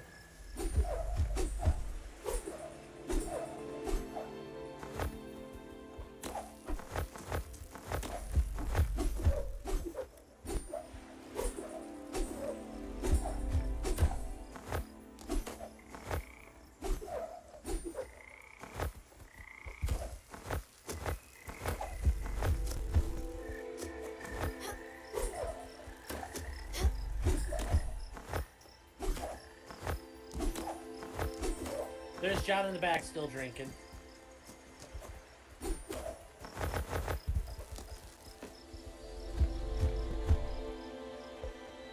No, they never did a rape kit on John.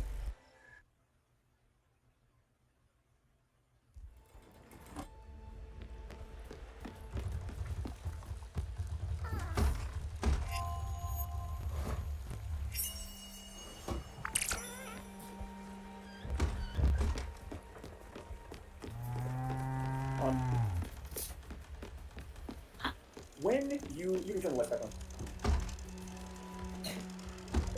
When you were leaving the establishment, whom did you leave with?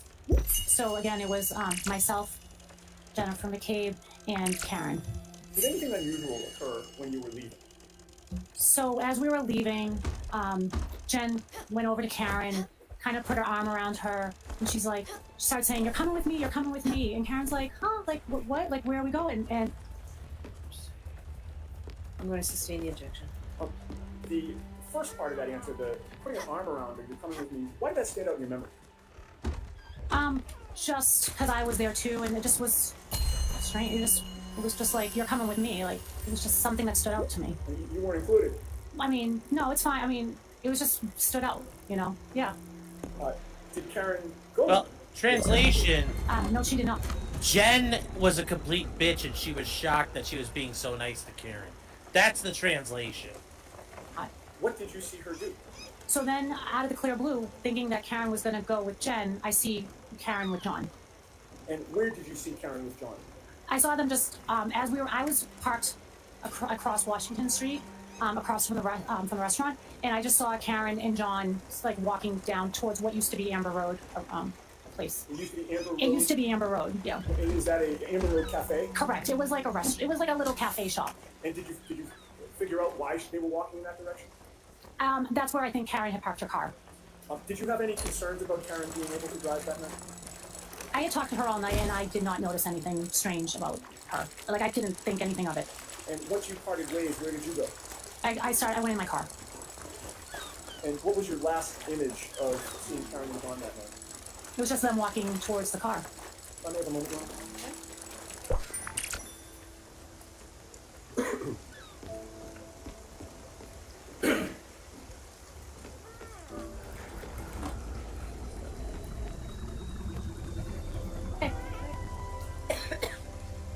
Mr. Brennan? Good afternoon. Good afternoon. What's your last image of Karen and John, both of them walking to the car and Karen walking to the driver's side door of that car? Correct. That night it was a celebratory mood. Correct. Everybody was getting along fine. Yes, we were. Yes. You were speaking to the defendant for some time. Most of the time, correct. You saw her at points hugging Jen McCabe. Correct. You knew John. I did. He was a kind man, Very kind. generous, Very generous. thoughtful, Very thoughtful. soft-spoken. Yes. That night was particularly different. He was extraordinarily proud and happy, wasn't he? Yes, he was. And you could see him emote about his accomplishment that his daughter got into private school. Correct. Did you talk to John that night? I did.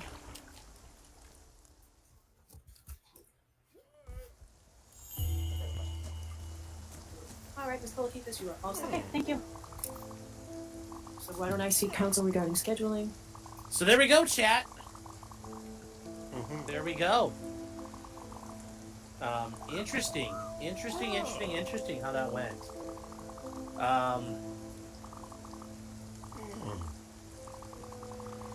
John was doing everyone, chat. I'm sure John was banging all the women. So that's just kind of natural. I mean, really. Like, we all can't be surprised here. Let's see if there's any more to this.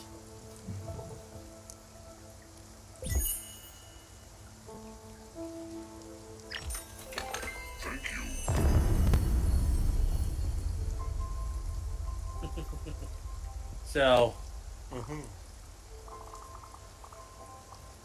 is a weird final question? I think you were trying to show John was happy. He's still going with the Karen was an evil bitch. And I just don't think that's gonna sell. I don't think it sells the way he thinks it will. But Hank isn't the smartest guy in the world, so that's Hank's terminal problem here. So So I'm going to talk to the lawyers about the scheduling. I'm actually going to send you back to the room. We will definitely be out of it in 1 o'clock. Short. So probably just about 10 minutes and we'll bring More eyes liquid, please. well, what are they? So they're gonna come back?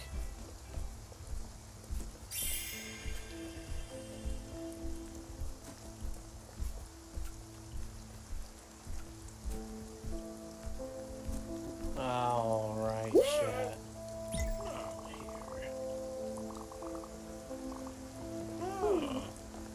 Gotta fix one thing I'm working on.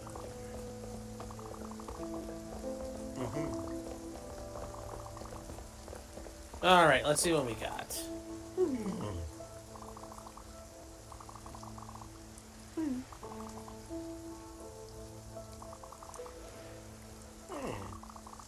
Katrina on the waves, they did good. Let's see if they... Well, here we go. Good. We got some discussion, chat.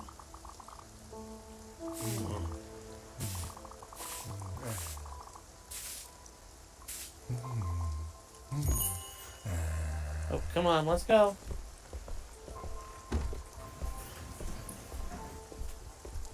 Wait, did they really just hang out to adjourn again? Really? Well, that's kind of weak.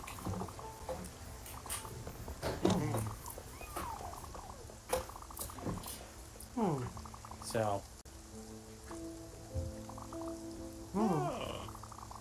Let's see. So the Thursday night show is tonight, right? No, chat. The Thursday night show is tomorrow. I messed that up. Oh no! I messed up, chat. I am sorry. That was a little dumb on my part, so my bad. My bad.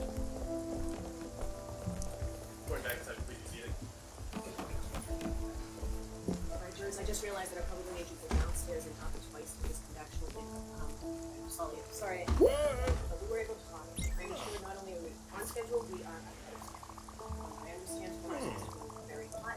Code officers are concerned about how we're going to keep the fans and the air conditioners going and be allowed to hear the witnesses. Talk to the lawyers, everybody's in agreement that because we're ahead of schedule, we can do tomorrow. So, Oh, no court tomorrow. All right. Friday all day. So those same reminders. All day, don't chat. discuss this case with anyone. Don't do any independent research or investigation into this case.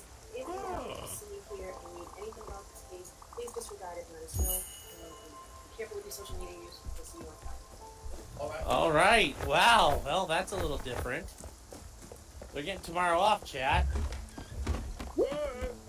Now, I don't see how this is possible. Kieran Reed apparently told everybody today, the reporters, that this was going to be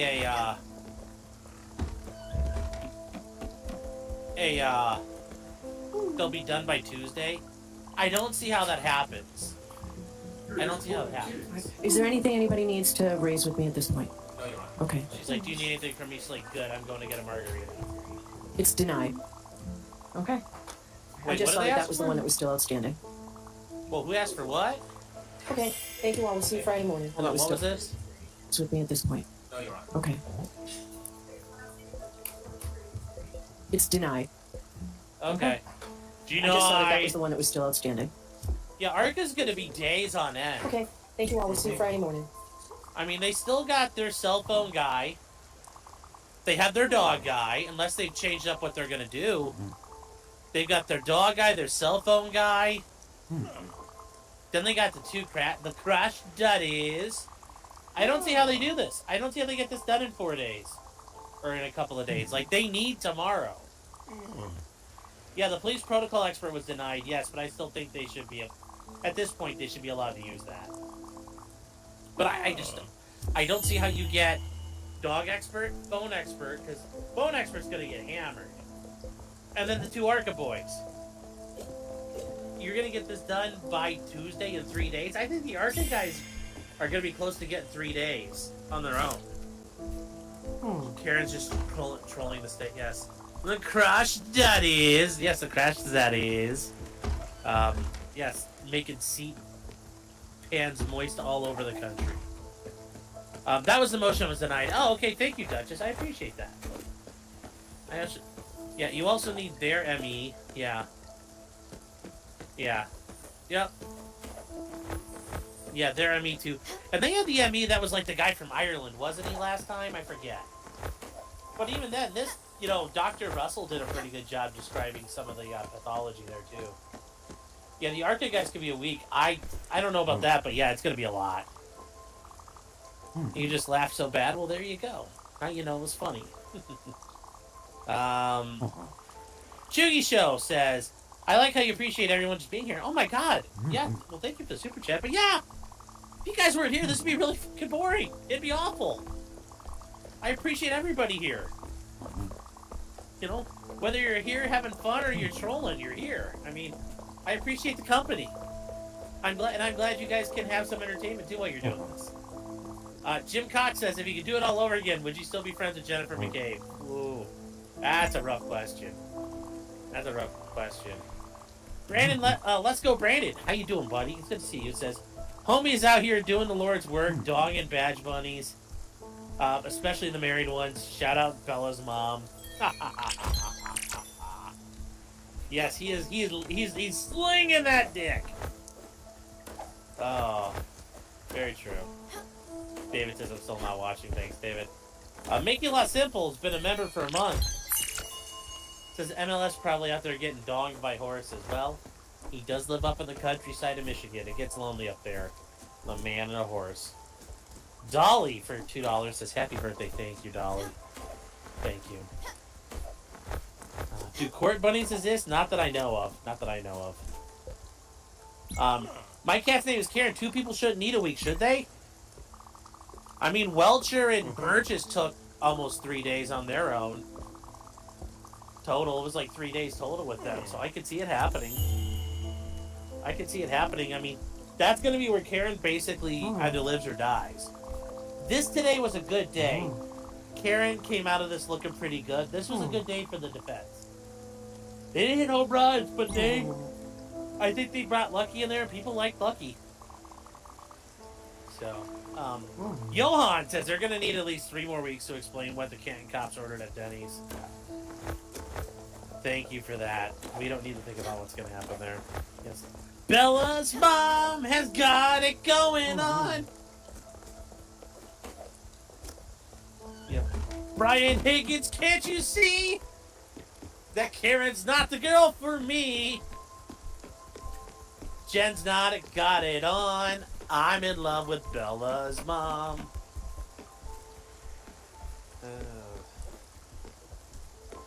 You know what a Reebok store discount gets you in Canton? Yeah. David milks horses. Hey, somebody's got to do it. Bella's mom has no gag reflex. Yes. Yes. I think you're going to be done by... Thinking you're going to be done by Tuesday means no Karen testifying. Thank fucking God. Yeah, she ain't testifying. She ain't that dumb. She ain't that dumb. Joe Strickland says, quit lying. It's not your birthday. I know. It's not my birthday. Penny B says, I thought it was since it was the defense case, Bev would give them a lot of leeway.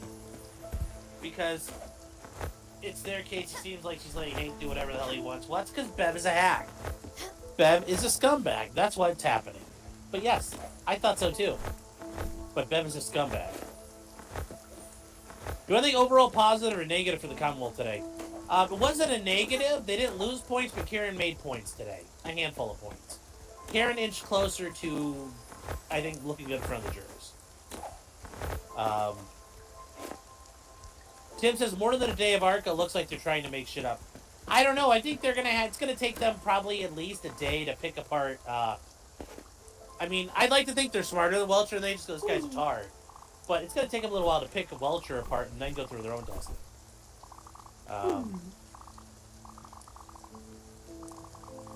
Bowling for sandwiches, yes. There's nothing wrong with Ohio except the sun and the rain. Yes. Jimmy Cave hit the wall. She never had it all.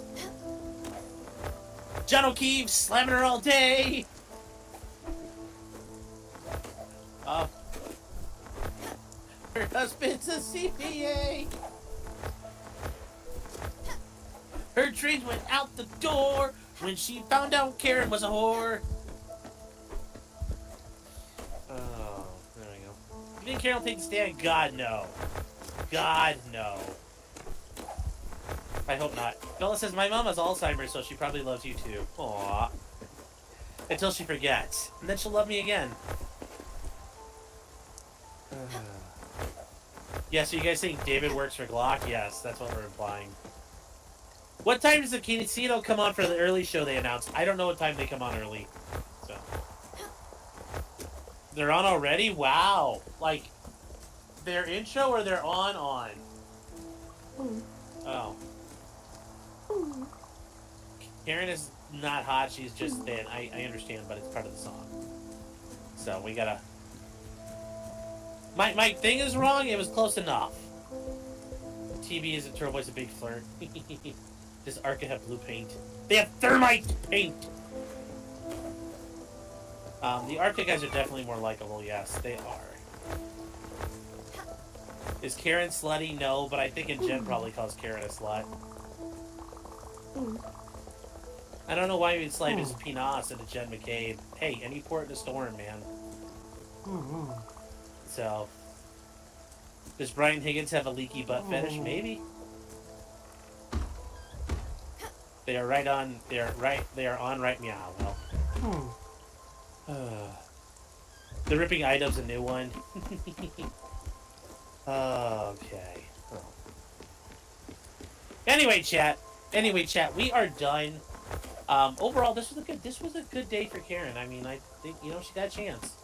She got a chance. So we'll leave that here until Friday. So tomorrow night, if you guys are new, there's 415 of you here, so I'm thinking some of you are new. Tomorrow night, we have the Thursday night show, the Thursday night crime stream. Cover all kinds of topics that are going on, chat. There's a bunch of interesting things that have happened this week. There is a judge in Bermuda who, during the middle of a murder trial, said a lot of creepy stuff. We're going to get to that. There's some big setbacks with the Second Amendment cases that were pending in the Supreme Court. One of the tour swats people who was swatting up Mr. Medicare and whatnot, got sent to prison. We're going to be covering the Egyptian guy doing his gasoline attack. We're going to cover the Chinese people smuggling in some creepy funguses and blights into America. Totally not terrorism or an act of war, but hey. And then, kind of one of the more interesting things, the YSL trials are wrapping up. The main YSL trials are over. And nobody got charged with the murders that they were crowing about. It's like Fannie Willis ended those with a mouse fart. So, is it a creepy judge? Oh, yeah. Yes.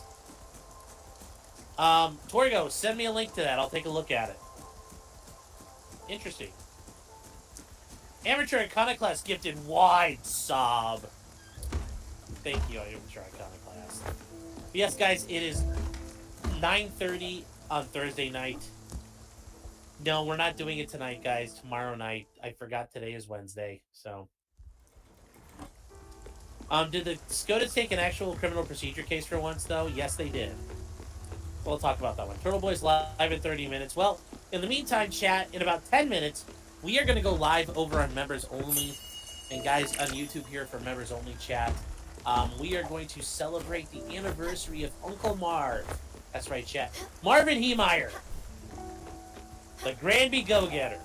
And the Killdozer. Yes, today's the anniversary of the Killdozer. We're going to cover that. We'll talk about that tonight. And then later on, after that chat, at around probably about 10 o'clock or so, over on Locals. And guys, you can follow us over on Locals at potentiallycriminal.locals.com. Use the promo code SUMMERTIME2025. And you guys can join us, because there we'll watch Tread. That's right, chat, Tread. The documentary about Uncle Marv doing his thing. We'll be covering that and having fun. So if you guys want to join us, we will do that. Let me see here. Chicom's trying to make clickers.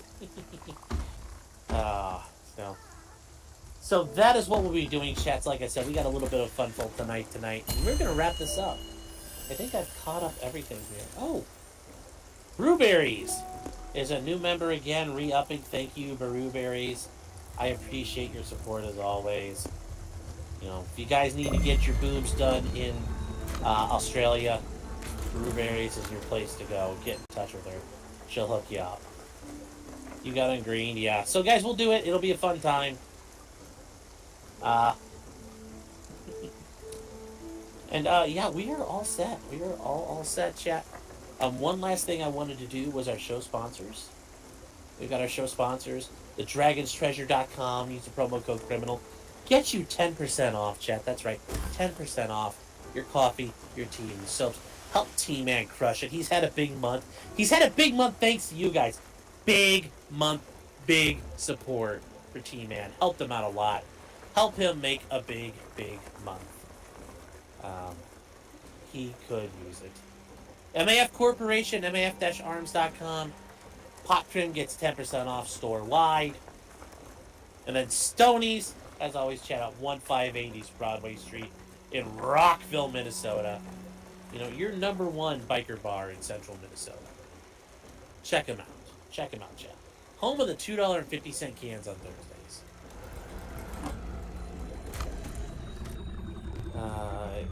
Yes. Get in touch with Brewberry so she can touch your boobs. Yes.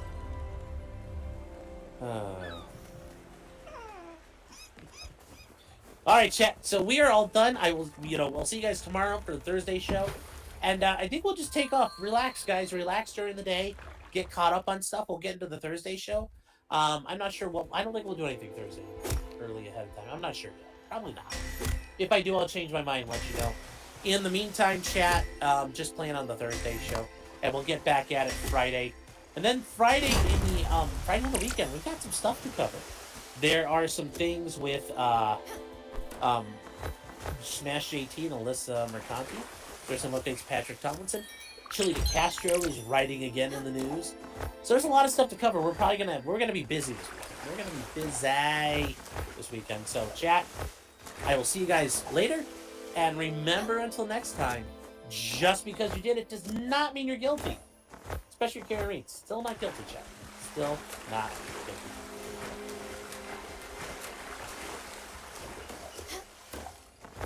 Aaron says, if uncomfortable, don't answer. Well, it's too late. It's a super chat, so I gotta do it. Is Pega see you next Tuesday? And did the rolling rally mean TV was guilty of it?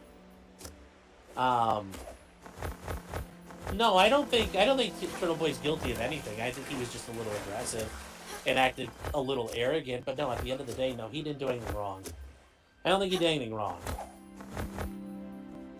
Snoop says, do I want to cover Kiev? Oh no, that would put him on the shit list.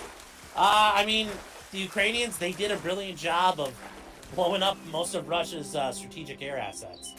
I will give them credit. It was a masterful plan. It took them 18 months to set it up. And yes, they basically tripled the air element of the nuclear triad for Russia. So they did a good job. Is Kiev getting tuned up right now? Well, there you go. It's what you get. It's what you get. Hydrosphere 13 is a new member. Thank you for the support. Big support. Turtle Boy did wrong stuff, but just not criminal. Well, yeah, maybe, like I said, would I do it that way? No. But does he deserve to go to prison for it? No, at all. Oh, no. Jim was saying, is that stuff in Ukraine real? Do we know what it's real or not? Oh, I'm pretty sure it was real. I've seen the Maxar images there. Some Russian heavy bombers got fucking roasted, man. Not a good thing. Not a good thing. They blew up next to nothing. Once again, Sean blows the Pentagon propaganda. Okay. Well, anyways, chat, we're all done. See you tomorrow night. Kieran Reed, still not guilty, guys. Not even close. Still not close. And I will see you guys over in members only in about 10 minutes, chat. Take care, you guys.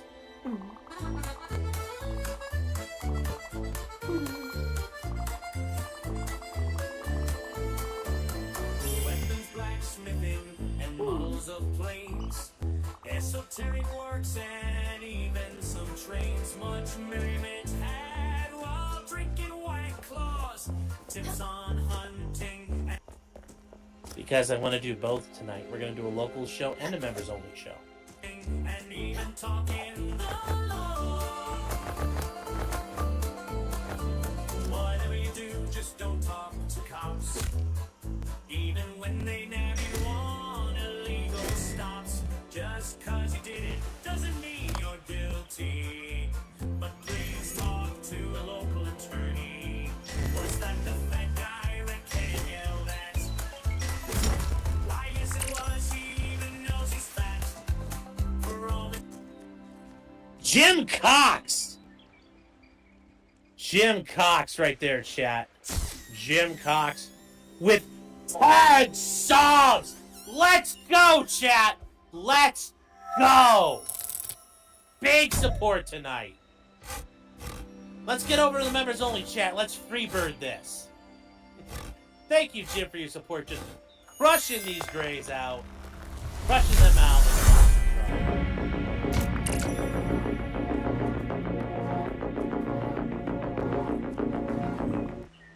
Just running them out of there. Just running them out of there.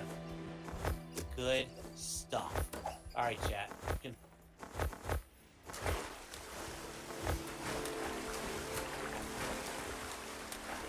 Oh, there's one place to go here on Sean Martin's Potentially Criminal Show.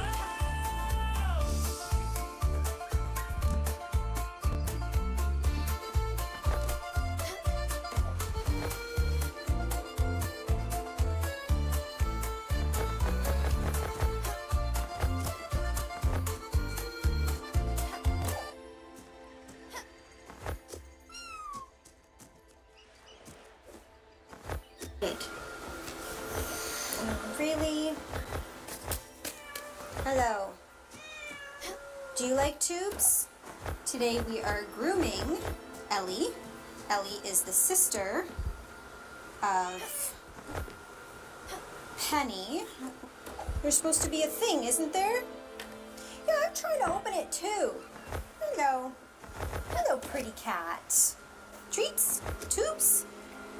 Oh yeah, she takes the tubes.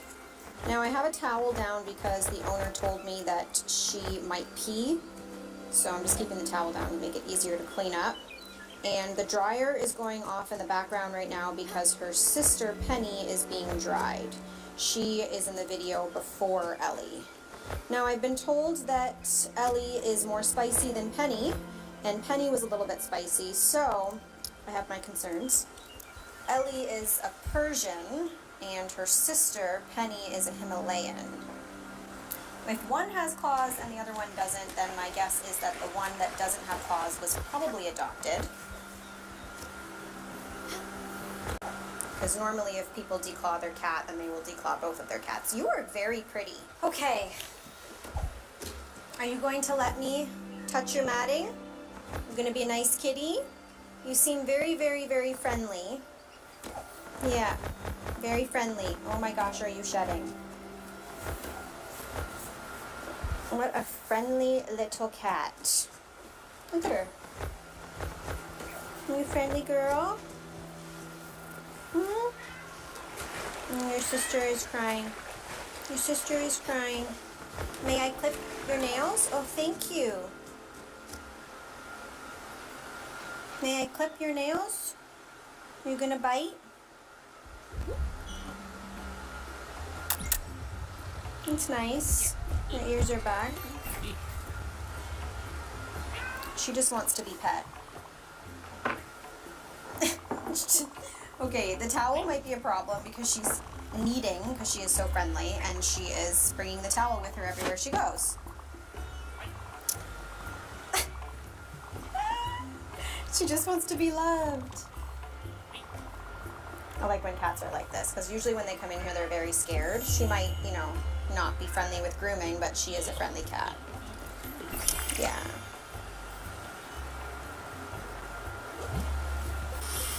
I'm worried that you might need a full shave. You are more matted than your sister.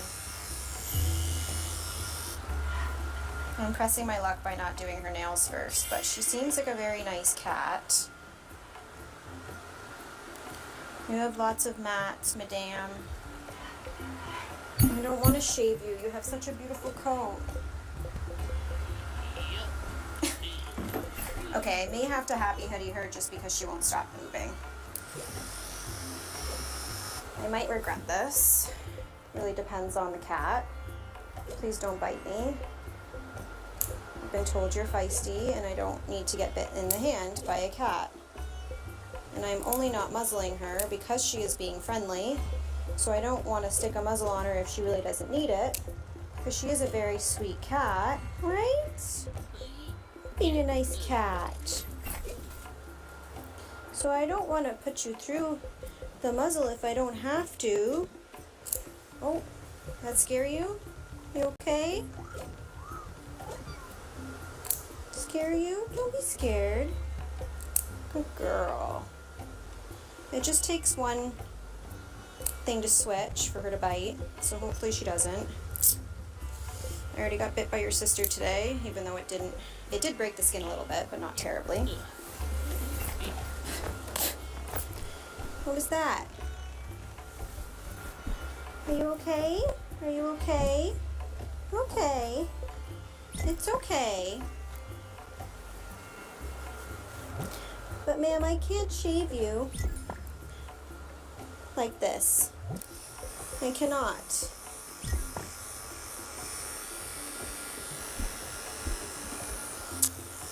I unfortunately think that she has too much matting to really do much spot shaving.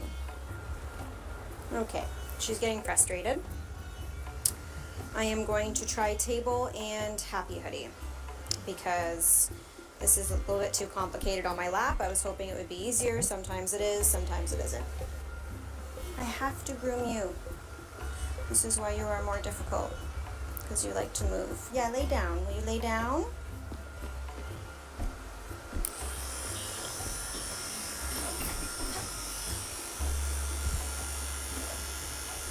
Good girl. She's very interested in everything. She's like, what's that camera on your head?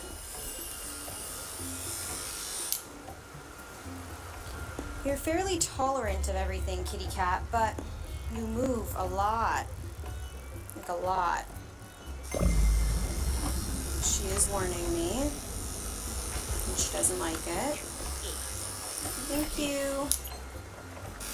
It's okay. Come on, I gotta get that mat.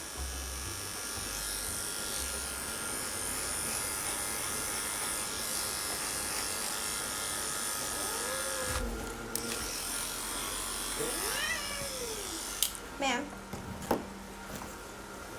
you're matted. Really? It's okay. Calm down. Calm down. I don't want to bubble you. I don't want to give you the bubble.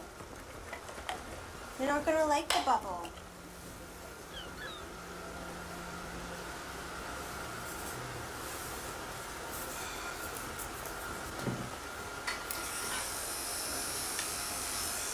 Girl. She is needing to self-soothe because she is stressed out and wants me to stop.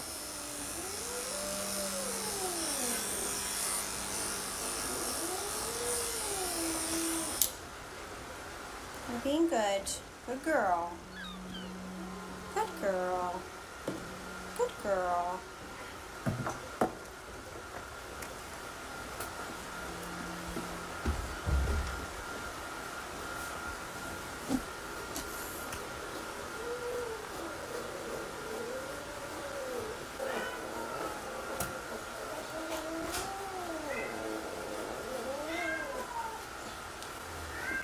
I hear you. Much like the other cat, I think I got rid of the majority of her bad matting. There's a little bit I need to get still. But a lot of it is just shedding mat, so hopefully with the high velocity dryer I'll be able to loosen some of this up. Yeah. She's definitely not the easiest, definitely not the friendliest.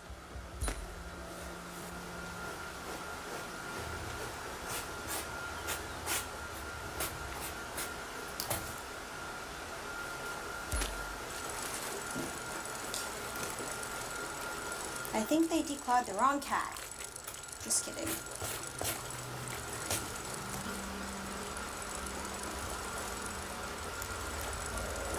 Trying to flip on her back so she can fight me.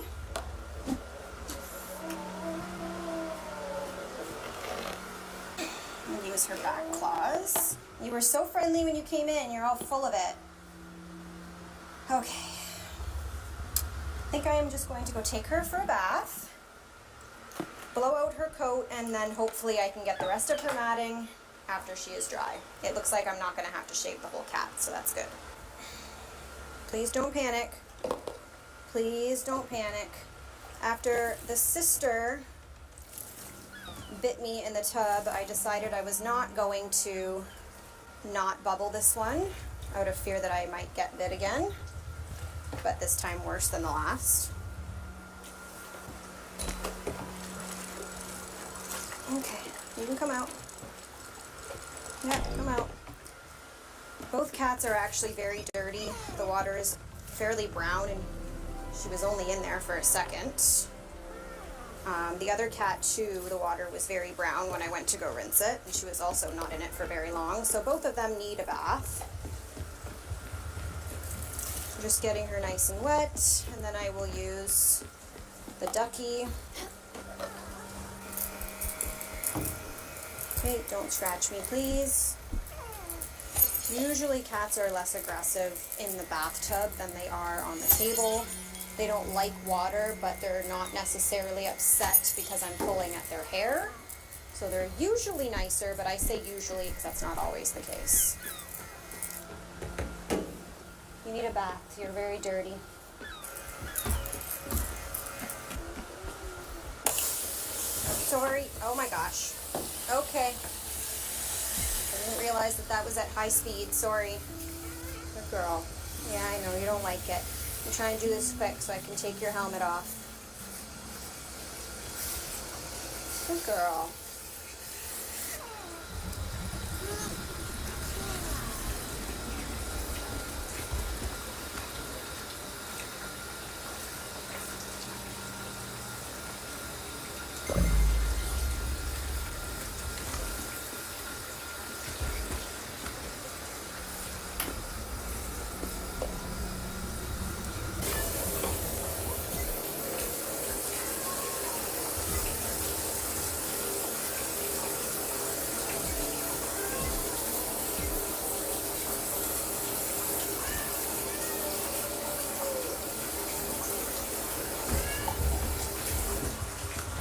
Okay, it's over. Into the rage cage we go, just to get her about 50% dry, and then I will put her in the other quiet drying cage while I finish off her sister.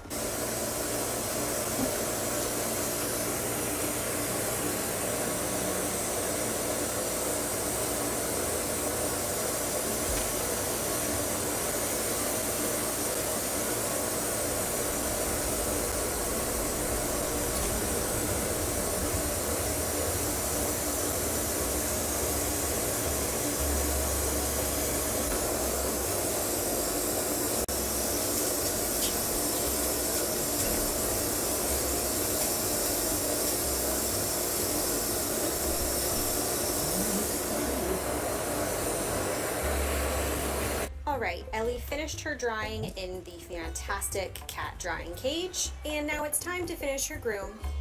Oh joy. Okay, can we do this without pain and murderous intent? I'm not even messing with you, I'm just putting this on because I know that you're going to try and bite me and scratch me. Oh, I'm sorry. You're quick. I'm wrapping her paws in vet wrap, because she really does some damage with those. I know you want to be friends, and honestly I would like to be your friend too. She is non-stop purring. She's a very sweet cat. Hopefully after I'm done grooming her, she likes me enough that I can give her some love and some tubes. But Miss Ellie, you are not nice. I don't blame you. You don't like having your mats removed, but you just kind of don't want to die today.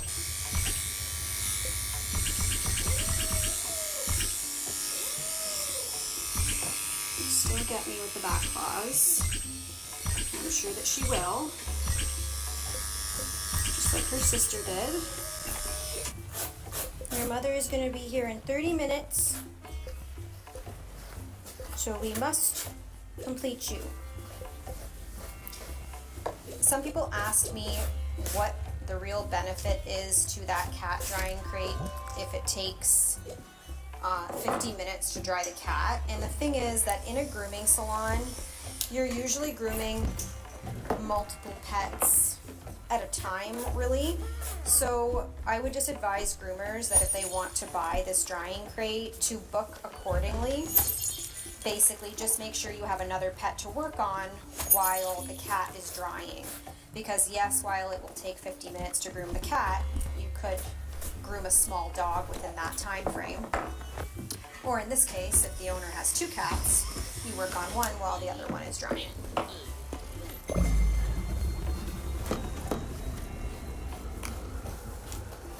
even if you are a one-on-one type groomer, you can still make this work, knowing that you have a cat that's going to go in the crate.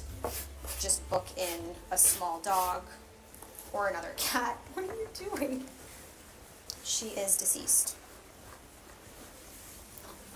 It was a joke, in case anyone takes it seriously. She is literally just purring and kneading with her paws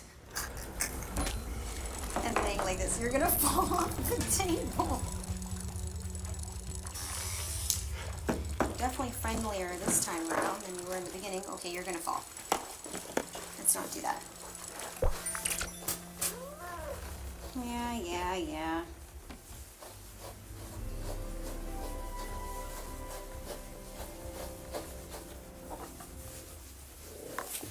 Yes, well, you don't have any nails that you can get me with at the moment.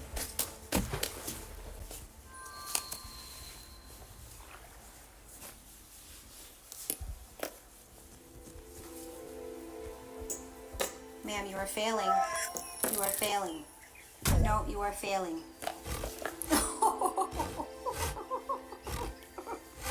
That was smart. That was very smart. I'm going to hand that to you. This clip is being used in a way to subdue the cat. It doesn't always work. No, it does not hurt the cat. The tips of that are extremely dull. And it is not, it's so worn out. So it's not holding on to the cat that tight, but tight enough that the cat thinks it's being held there. Hopefully that helps to keep her calm until I can get this done.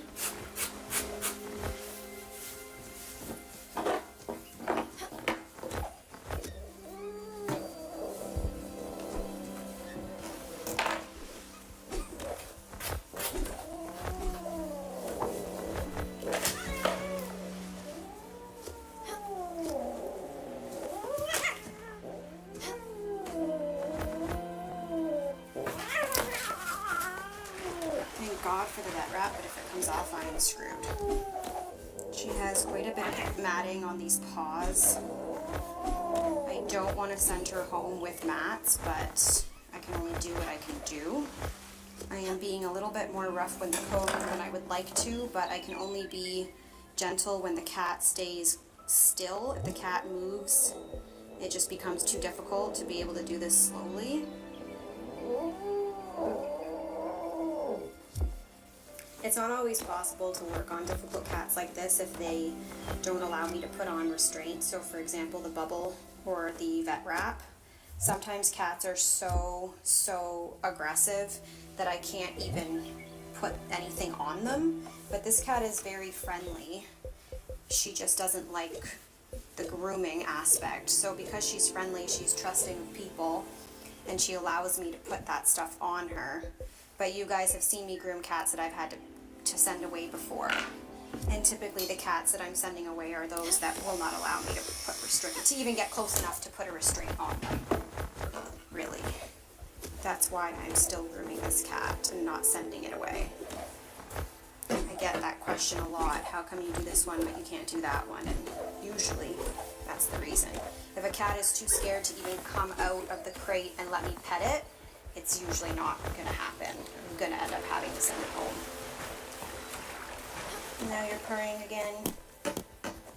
Yeah, you're a good girl. It's not your fault you got all this mess. It's not the owner's fault either. It's a long situation as to why the cats are in this condition, and honestly they're not even in that horrible of condition. I have seen cats in horrific condition before.